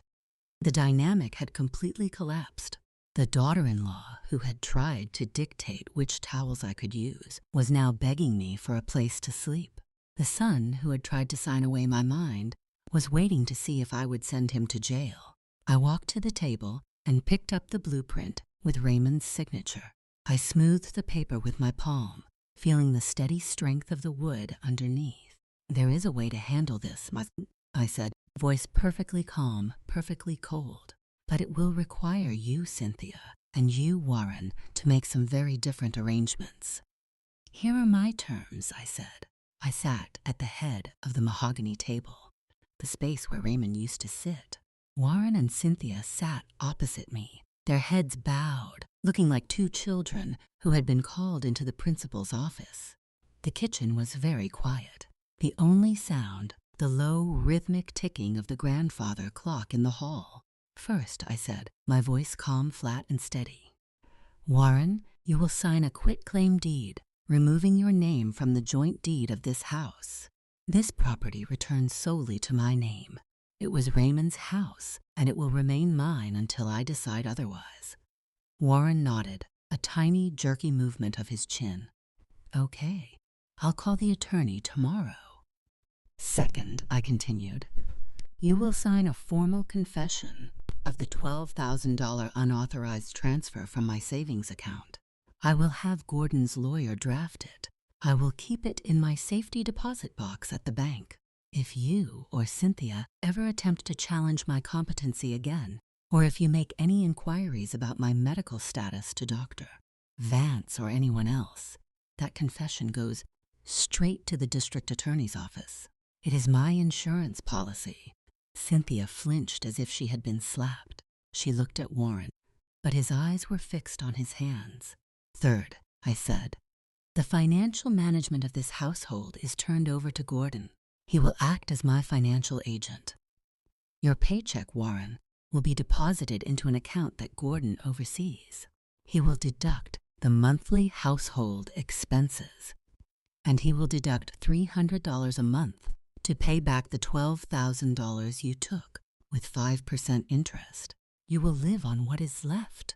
"Mom," Warren whispered, his voice cracking, "we won't have enough for—" "You will have enough for what you need, Warren," I said, "not for what you want. The private school tuition for Maeve will stop. She will go to the county high school next term. She is a bright girl. She will do well anywhere. And Cynthia, you will get a job." Cynthia's head snapped up, her eyes wide with a sudden sharp panic. "A job? Lorraine, I haven't worked in 15 years. My degree is in. There is an opening for an assistant cataloger at the county library, I said. It pays $15 an hour. I've already spoken to the head librarian, Mrs. Gable. She remembers Raymond. You will start on Monday. Cynthia stared at me, her mouth opening and closing silently. The woman, who had spent 4 years organizing committee meetings for the botanical gardens, was now being told she would be filing books for minimum wage. Lastly, I said, standing up from the table, the physical layout of this house will return to the way Raymond and I had it. The gray bookcases in the living room will go into the garage. My copper pots are coming back down from the high cabinets. The gray duvet covers will be replaced by the blankets Raymond's mother knitted. This is my home, and I will no longer live in a museum of your ambition. I looked at them both. They were silent, completely defeated, the wind taken out of their sails. So thoroughly they seemed to have shrunk in their chairs. You have until Wednesday to sign the papers, I said. Otherwise, I call the police. I turned and walked out of the kitchen, leaving them sitting in the quiet light of the late afternoon. On Friday morning, the transition began. I didn't wait for them to help. I brought up my copper pots, their heavy bottoms clanking against each other, with a bright, metallic music that had been missing from the kitchen for 4 years. I hung them from the iron rack over the stove, the warm, bright orange of the copper reflecting the morning sun. Cynthia came down at 9, dressed in an old pair of jeans and a faded sweater. She looked pale, her hair tied back in a simple ponytail, all of her previous, sharp-edged sophistication gone. She stood in the doorway, watching me polish the brass pestle. "Lorraine," she said, her voice quiet, almost timid. "What? What would you like me to do?" "The silver in the sideboard needs polishing, Cynthia," I said, not looking up from my work. "Use the pink cream in the blue jar under the sink, and use the old soft rags, not the microfiber ones. The microfiber scratches the engraving." She stood there for a moment, then nodded. "Okay." She went to the sink, found the cream, and sat down at the dining table. For the next 2 hours, the only sound in the room was the soft, rhythmic rubbing of her cloth against the silver tea service Raymond's mother had given us.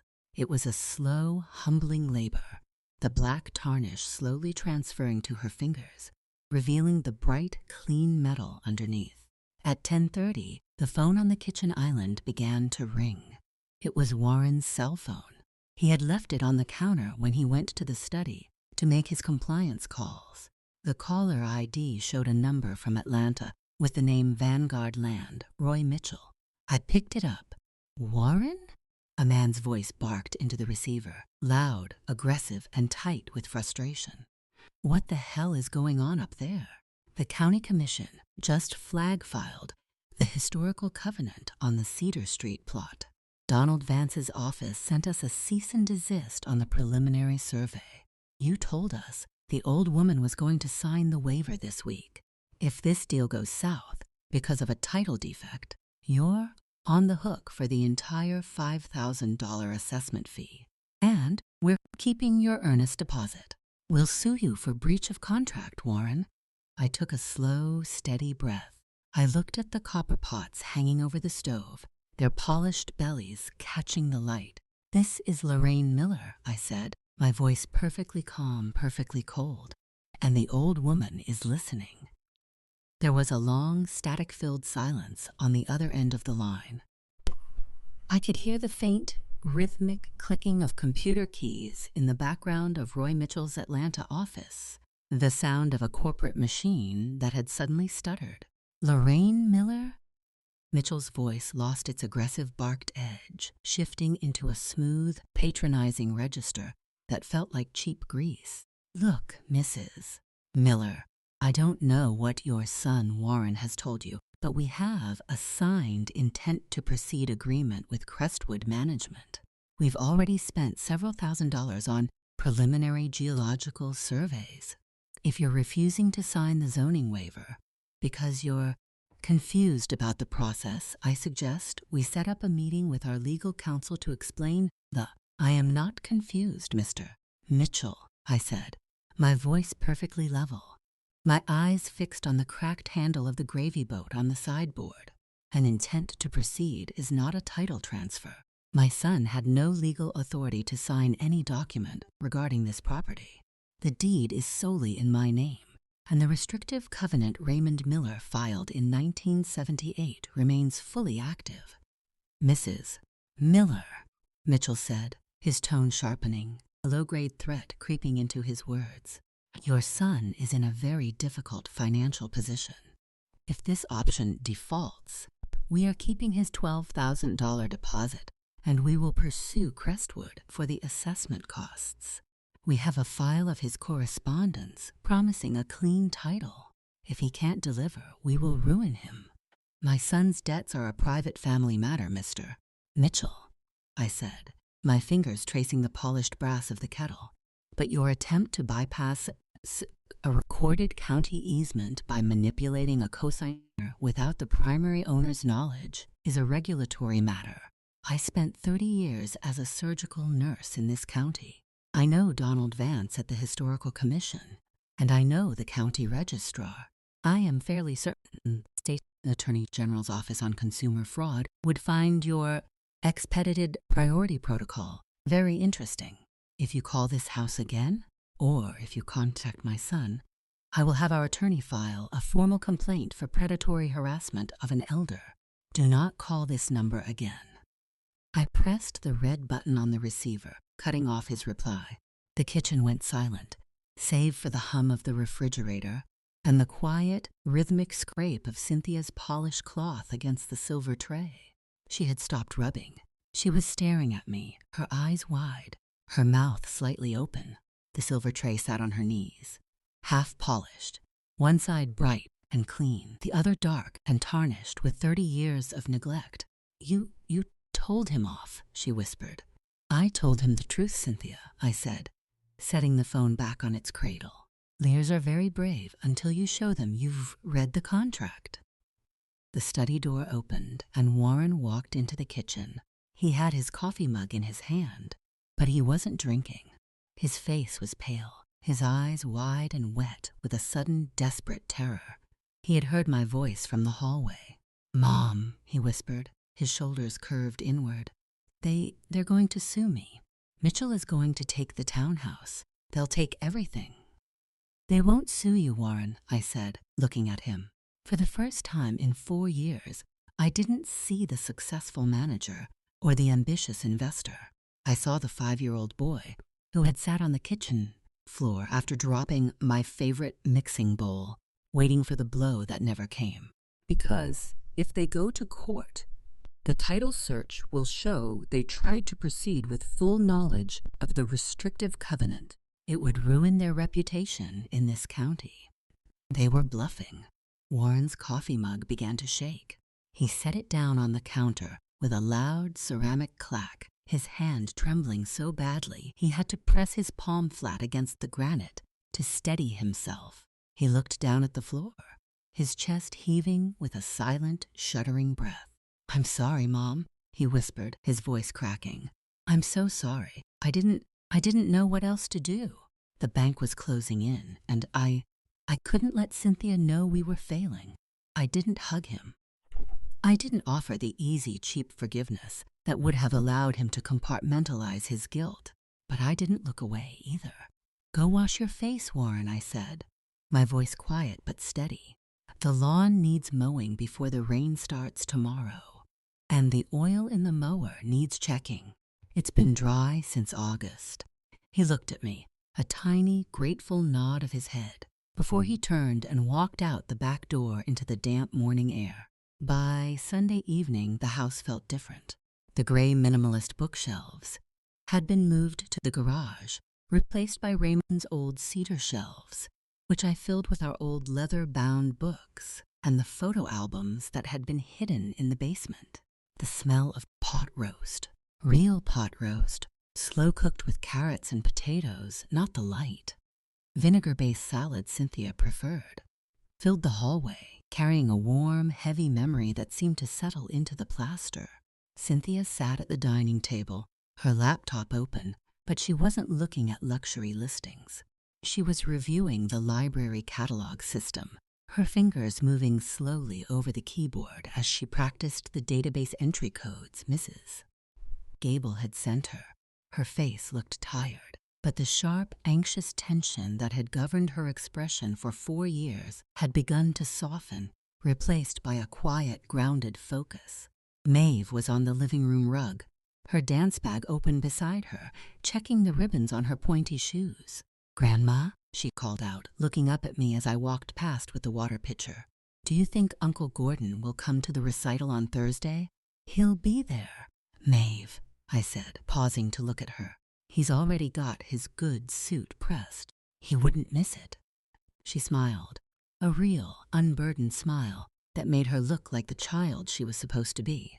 At 7 o'clock, the doorbell rang. It was a sharp double chime that sounded loud in the quiet house. Warren stood up from his chair in the living room, his face instantly tightening with a sudden, defensive panic. October 15th was only 3 days away.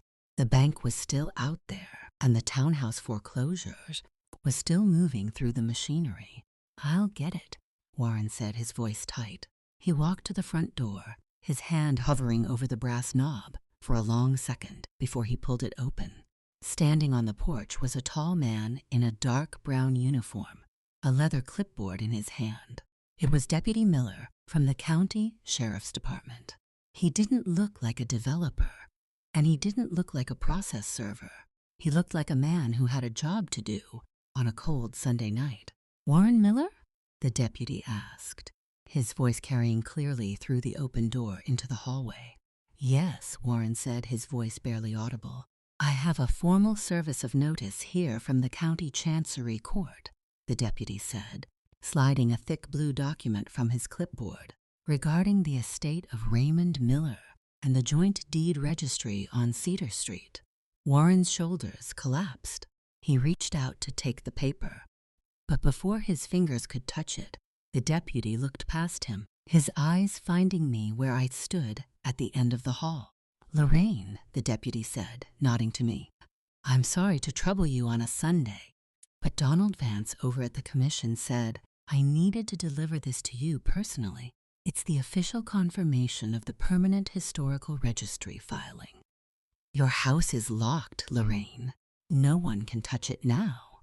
The front door clicked shut, the heavy brass lock sliding into place with a sound that felt like a bolt being thrown at the end of a long Cold War. Warren stood in the hallway, his fingers still clutching the blue document Deputy Miller had handed him. His head bowed. "Mom," he said, his voice barely a whisper, "the historic registry, it's permanent."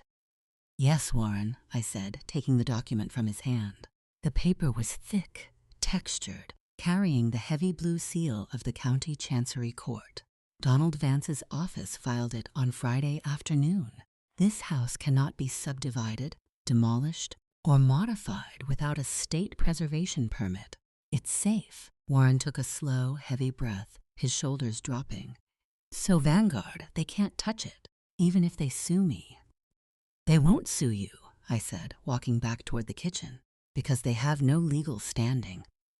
But the townhouse is still your responsibility, Warren. Wednesday is only 3 days away." Cynthia came out of the living room, her eyes red but clear. She looked at Warren, then at me.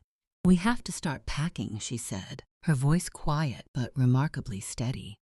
"If the bank is taking the townhouse on Wednesday, we need to get our things out before they lock the gate on Thursday morning. We'll need boxes."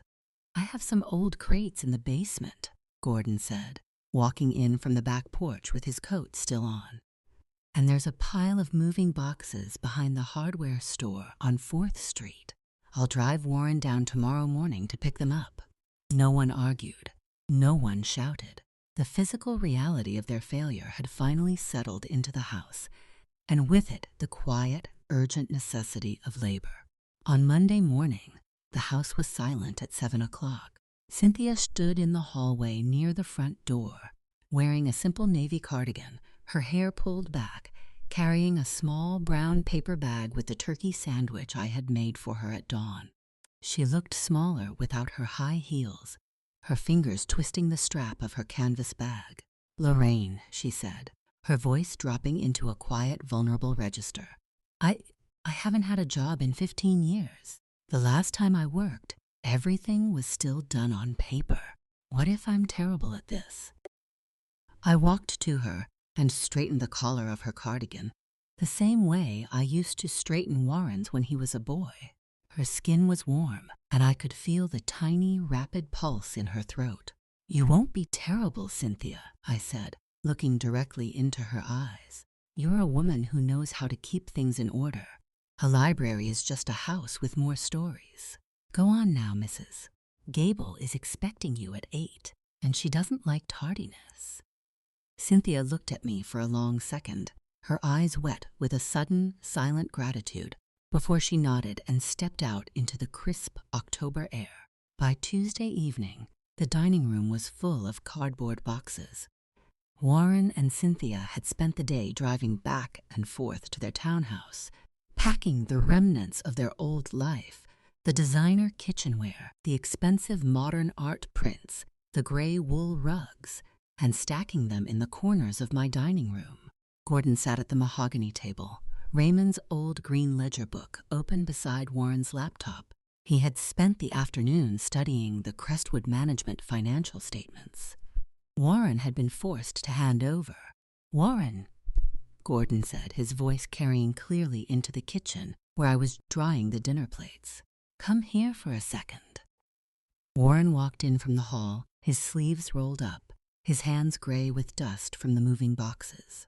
"Yes, Uncle G? Who is LM Properties?" Gordon asked, tapping his finger against a column on Warren's bank statement. "There's a monthly deposit of $400 going into the Crestwood account from them, dating back to 1998. The deposits only stopped 6 months ago." Warren frowned, leaning over Gordon's shoulder. "I don't know. The account was set up by Dad before he died. He told me it was a private investment portfolio he wanted me to manage for Mom's retirement once the Cedar Street land option was settled. But the funds stopped coming the month after he had his stroke." Gordon looked up, his dark gray eyes narrowing. "LM doesn't stand for Lorraine Miller, Warren. Your mother's middle name is Patricia." I set the dish towel down on the counter and walked into the dining room. My heart was beating with a slow, heavy rhythm that felt very old. LM Properties was the name of the partnership Raymond had with his brother Leonard, I said, sitting down in the chair next to Gordon. "My Leonard, the brother who died in the mill accident in 1976. Gordon stared at me, his mouth opening slightly. "Leonard, but his estate was settled 40 years ago, Lorraine. There was nothing left after the debts were paid." "That's what the mill lawyers told us," I said, my voice steady, carrying the flat, dry weight of a truth I had kept buried for 4 decades. But Raymond didn't believe them. He spent 3 years searching the mill's shipping ledgers. He found out they had been running a second private ledger to avoid the county transport tax. Leonard had kept a copy of those books in his locker, and Raymond found them. I looked at Warren, whose face had gone completely still. "The mill paid Raymond a settlement to keep those books private," I said. "They set up a blind trust under LM. Properties to pay a monthly annuity to Raymond, and then to me after he died. It was supposed to be my pension, Warren. Raymond didn't want you to know about it because he didn't want you to rely on money that came from his brother's death." "But the deposits stopped," Warren whispered, his fingers twitching. "In April, 6 months ago. They stopped because Vanguard Land Partners bought the old mill property in March," Gordon said, his eyes turning to the laptop screen. He began typing rapidly, his surveyor's fingers moving with a sudden, urgent precision. "They bought the corporate assets, including the outstanding trusts. Warren, who was the legal trustee listed on the Vanguard acquisition contract for the Cedar Street option." Warren's mouth opened, but no sound came out. "It was Roy Mitchell," Gordon said, his voice flat, his eyes fixed on the screen. Vanguard knew about the trust, Warren. They knew they were paying your mother $400 a month, and they used that information to find out how much equity you had in this house. They didn't just find you by accident. They've been tracking your family's finances for 20 years. They stopped the payments to trigger the crisis, Warren, Gordon said, his voice dropping into a low clinical rumble. They've been tracking this trust since they bought the mill assets. They knew you were the manager on the account. They knew Crestwood was overleveraged because Vanguard's parent company owns the local commercial bank that holds your townhouse mortgage. They engineered the squeeze to force your hand. Warren's coffee mug remained untouched on the counter, the steam long gone. His face was a mask of dry, hollow shock. They knew I was drowning, he whispered. Mitchell was the one who suggested the land option in the first place. He told me it was a quick way to clear Crestwood's bridge loan before the bank audit. He knew I'd try to sell this place. He knew I'd have to. They knew your pride, Warren, I said quietly, my hand resting on the green ledger. They knew you would rather steal from your mother than admit to your wife that you were failing. They didn't have to break into this house. They just had to wait for you to open the door. Warren sank back into his chair, his head in his hands, his shoulders shaking with a silent, shuddering breath. The realization that his entire development scheme, his grand plan to save his family's reputation, was nothing more than a predatory trap engineered by the very men he thought were his partners, was a weight he couldn't carry. I'm an idiot, he whispered into his palms. I ruined us. I ruined everything. You were foolish, Warren, I said, my voice steady, devoid of the cheap comfort he wanted, but carrying a hard, quiet strength. But you are not ruined. Not yet. Wednesday morning arrived with a cold gray mist that clung to the grass like a wet sheet. It was October 15th. At 9 o'clock, Warren and Cynthia got into the Buick. They didn't speak. They had to drive to the townhouse one last time to hand the keys over to the bank's representative, leaving behind the clean, empty rooms they had spent 10 years filling with things they couldn't afford. I stood at the kitchen window, watching the taillights of Gordon's car disappear into the fog. The house was very quiet, the ticking of the grandfather clock in the hall the only sound. Cynthia returned at 3 in the afternoon. She came in through the back door, her coat damp, her face smudged with a streak of gray dust from the packing boxes. She looked exhausted, her shoulders curved inward, her hands red from the cold. She stopped in the kitchen, her eyes finding the plate of warm gingerbread and the hot pot of tea I had set on the island. It's done, Lorraine, she whispered, her voice stripped of all its former sharp-edged sophistication. The keys are in the lockbox. The bank representative was very polite. He looked like he'd done it 1,000 times this month. Sit down, Cynthia, I said, pouring her a cup of tea. The tea is hot. It will warm your hands. She sat on the stool, her fingers wrapping around the warm ceramic mug. She didn't cry.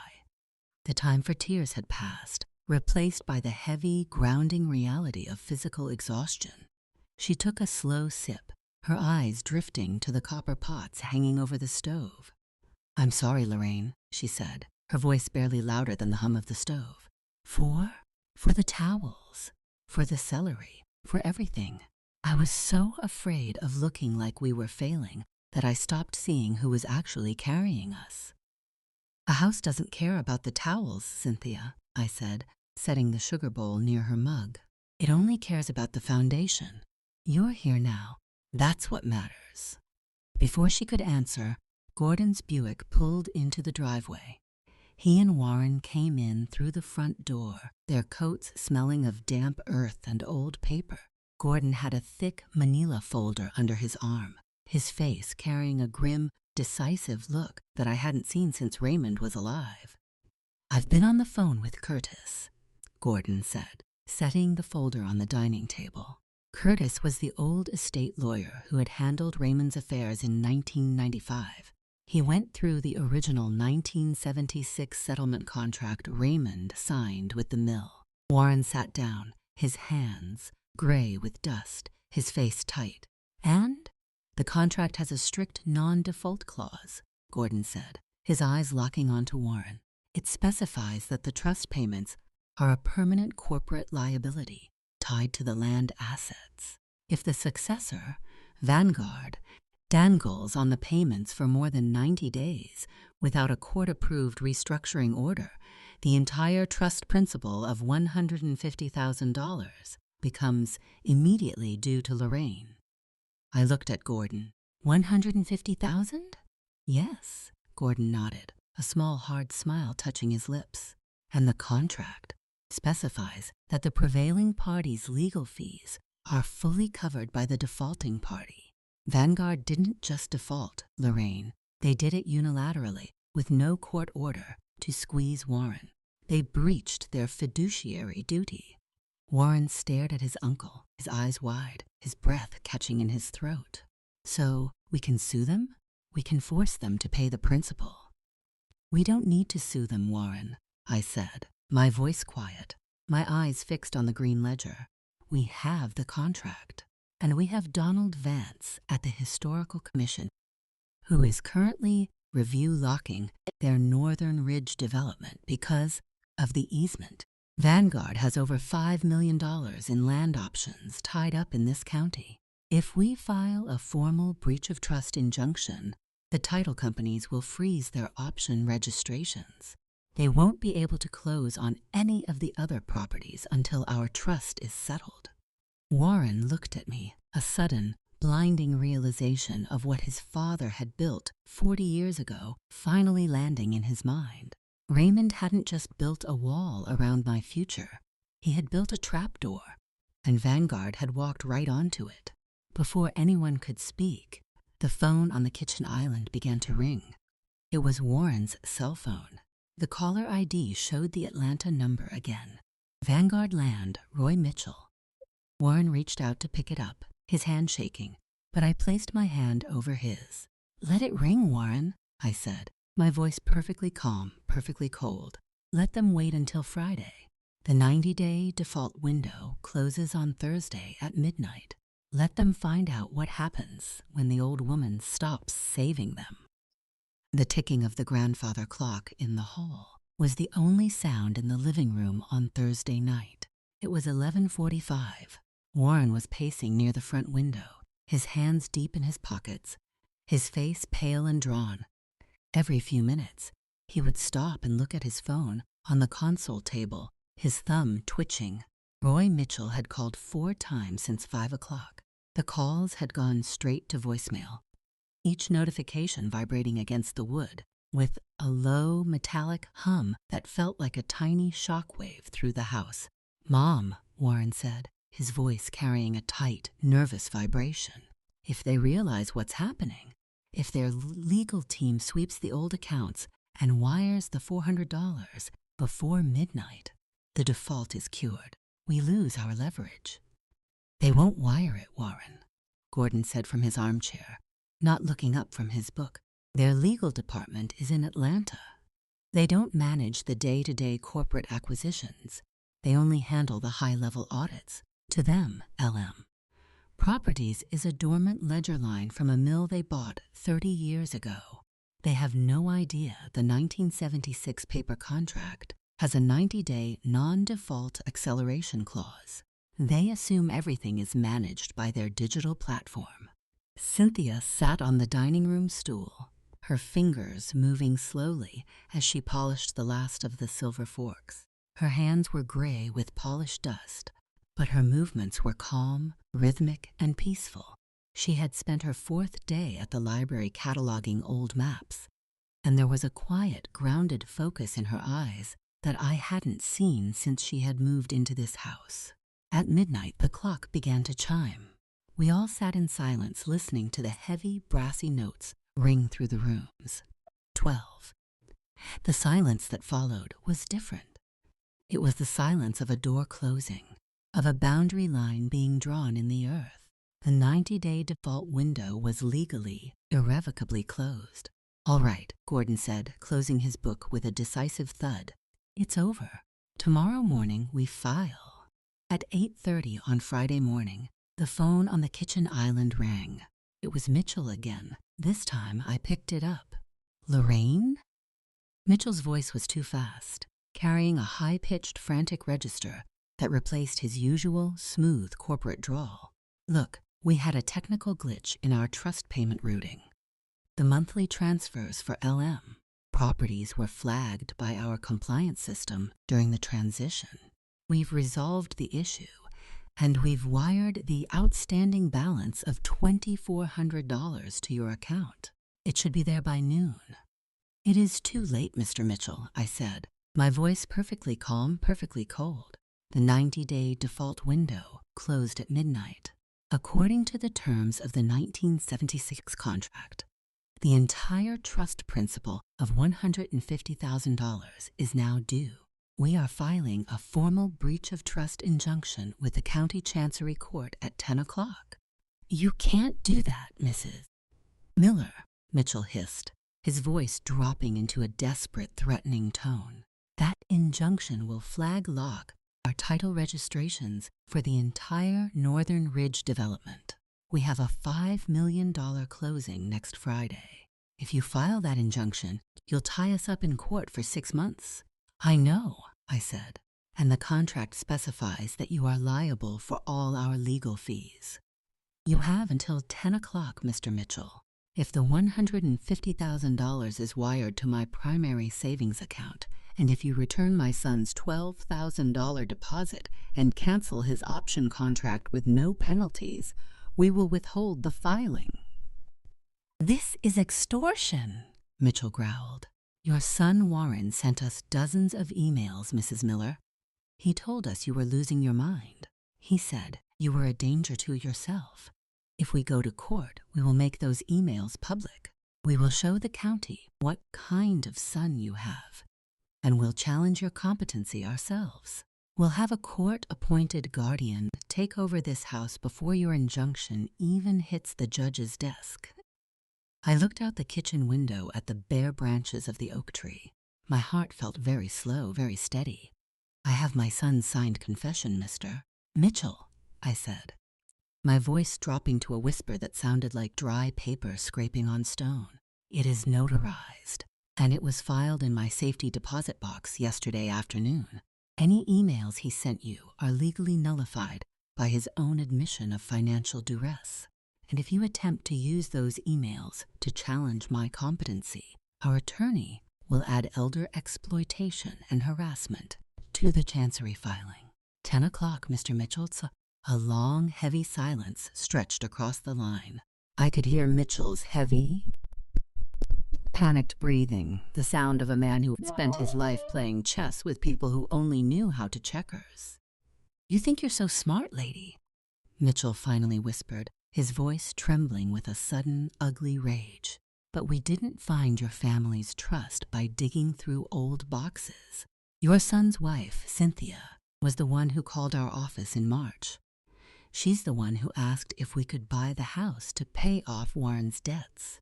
She's the one who gave us the copy of the deed. My hand tightened around the receiver. I turned slowly. Cynthia was standing near the sideboard, holding a polished silver tray. She had heard everything.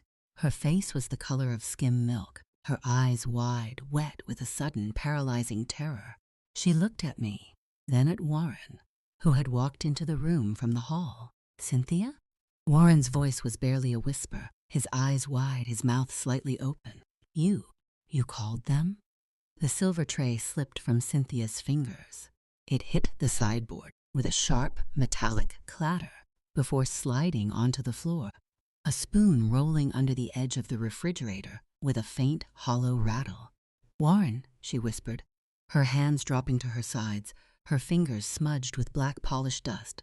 Warren, I didn't. You called them? Warren took a step toward her, his face turning a dark, dangerous shade of red, his chest rising and falling with a short, hot breath. In March, before we even sold the townhouse, before we moved our furniture in here. I found the statements, Warren.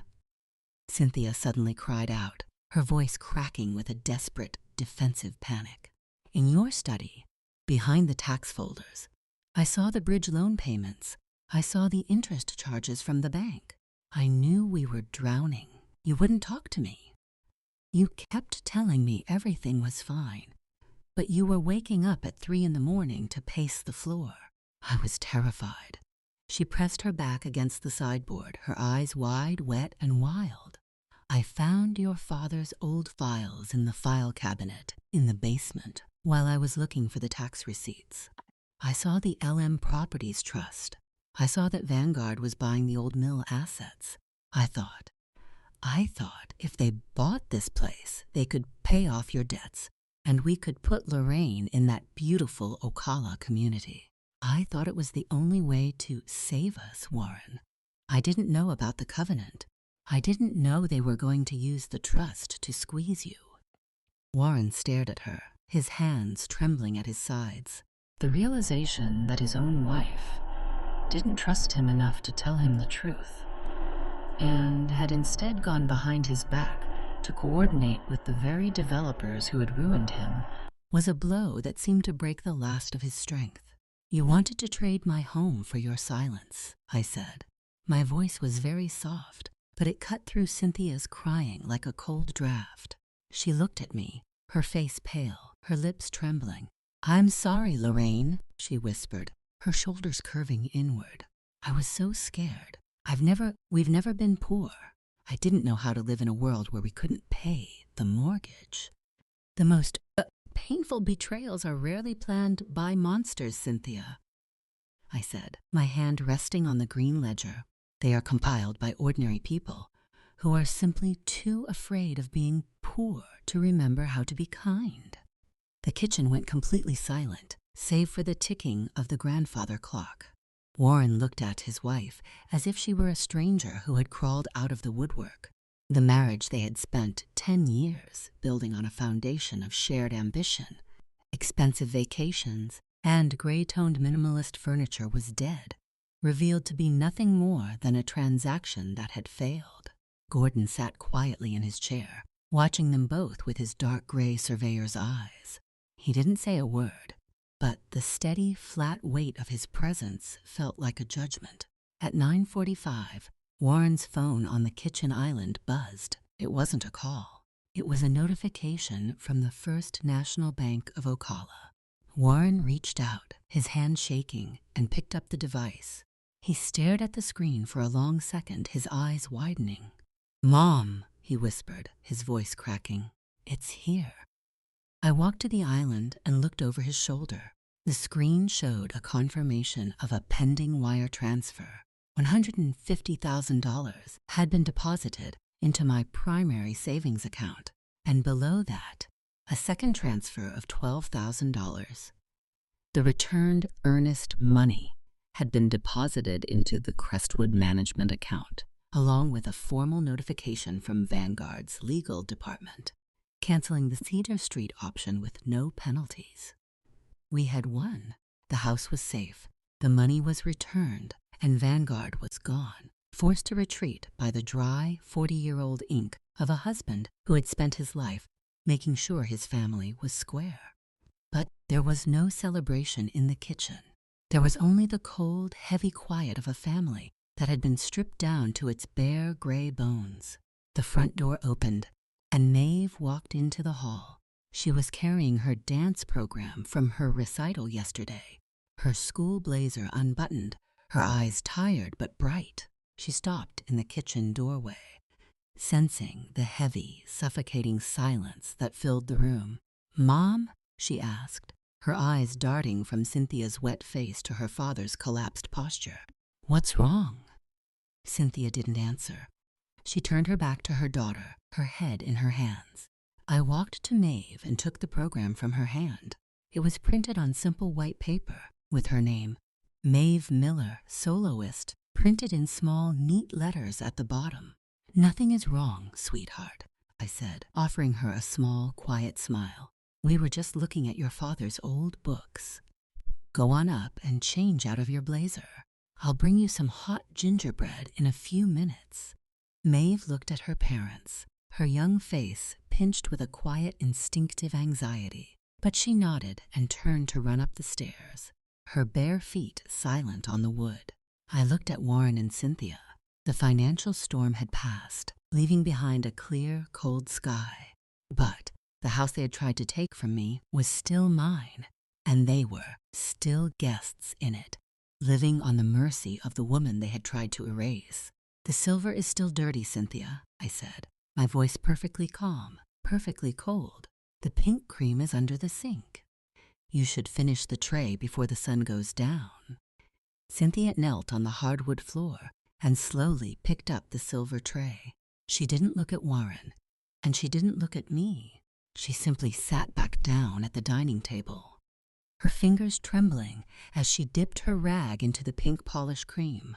The soft, rhythmic scratching sound returned to the room, a small, humble pulse in the heavy quiet. Warren stood by the kitchen window, watching the gray autumn mist settle over the freshly mowed grass. He had spent his entire adult life trying to outrun the ghost of his father's modest life, only to find himself standing in his father's kitchen, wearing his father's old work clothes, living on the mercy of his mother. In the corner, the grandfather clock ticked on. It was a heavy, brassy sound that Raymond had always maintained with a single drop of machine oil every November. It didn't rush. It didn't care about quarterly budgets, luxury condos, or margin calls. It simply marked the slow, irreversible passing of a life. "I'll help Cynthia with the boxes in the morning," Warren said, his voice quiet, his back still turned to me. "That would be wise, Warren," I said. "The weather is turning cold. We'll need the firewood brought up from the cellar before the first frost." He nodded once, a tight, submissive movement, and walked out to the back porch. I sat down at the head of the table. The $150,000 was in the bank, a clean, digital number that represented 40 years of Raymond's silent protection. The townhouse was gone. The Vanguard option was dead. The legal documents were locked in my safety deposit box, a quiet paper shield that would keep my family polite for the rest of my days. We had saved the house. We had saved the land. But as I looked at the 3-unit townhouse blueprints still lying on the sideboard, I knew that some things could never be repaired. Trust, once it is cracked, is like the gravy boat near the handle. It can be glued back together. It can hold the warmth for a little while, but you can never trust it not to leak when the pressure rises. Cynthia worked in silence, her forehead damp, her fingers black with the tarnish. She was slowly lifting from my family's silver. She didn't look like the proud mistress of the house anymore. She looked like a guest who had finally realized the true cost of her stay. Families are complicated, fragile structures. We build them with the expectation of permanent shelter, but we often forget that the walls require constant, invisible labor to keep from collapsing inward. We hide our debts, we mask our failures, and we bury our resentments under a veneer of polite dinners and organized routines. But beneath the gray-toned minimalist paint, the old wood remembers everything. It is the quietest rooms that hold the heaviest truths. Every home has its dark corners, the unspoken sacrifices, the transactional betrayals, and the silent, enduring strength of those who carry the weight of everyone else's ambition without ever asking to be seen. These are the stories that live behind closed doors. These are the forbidden family secrets. If this journey into the silent collapse and quiet reclamation of a mother's home has resonated with you, we invite you to join our family here at Forbidden Family Secrets. By subscribing to our channel, you support the storytelling that honors the quiet observers, the long-suffering wives, and the silent matriarchs who remember everything. Together, we will continue to unlock the doors, lift the polite masks, and expose the haunting human truths that families spend decades trying to hide. Share your thoughts in the comments below. Tell us if you, too, have ever had to quietly hold a structure together while everyone else tried to tear it down. The sun was setting now, casting long, dark shadows across the mahogany table. The copper pots over the stove caught the fading golden light, glowing like old lanterns in the quiet kitchen. I looked at the silver tray resting before Cynthia. It was clean now, spotless, but the metal was thin, worn down by decades of hands that only valued the shine, never the weight. They had spent 4 years talking over me at this table, assuming that because I was quiet, I was no longer there. They had forgotten that a mother doesn't need to scream to be heard.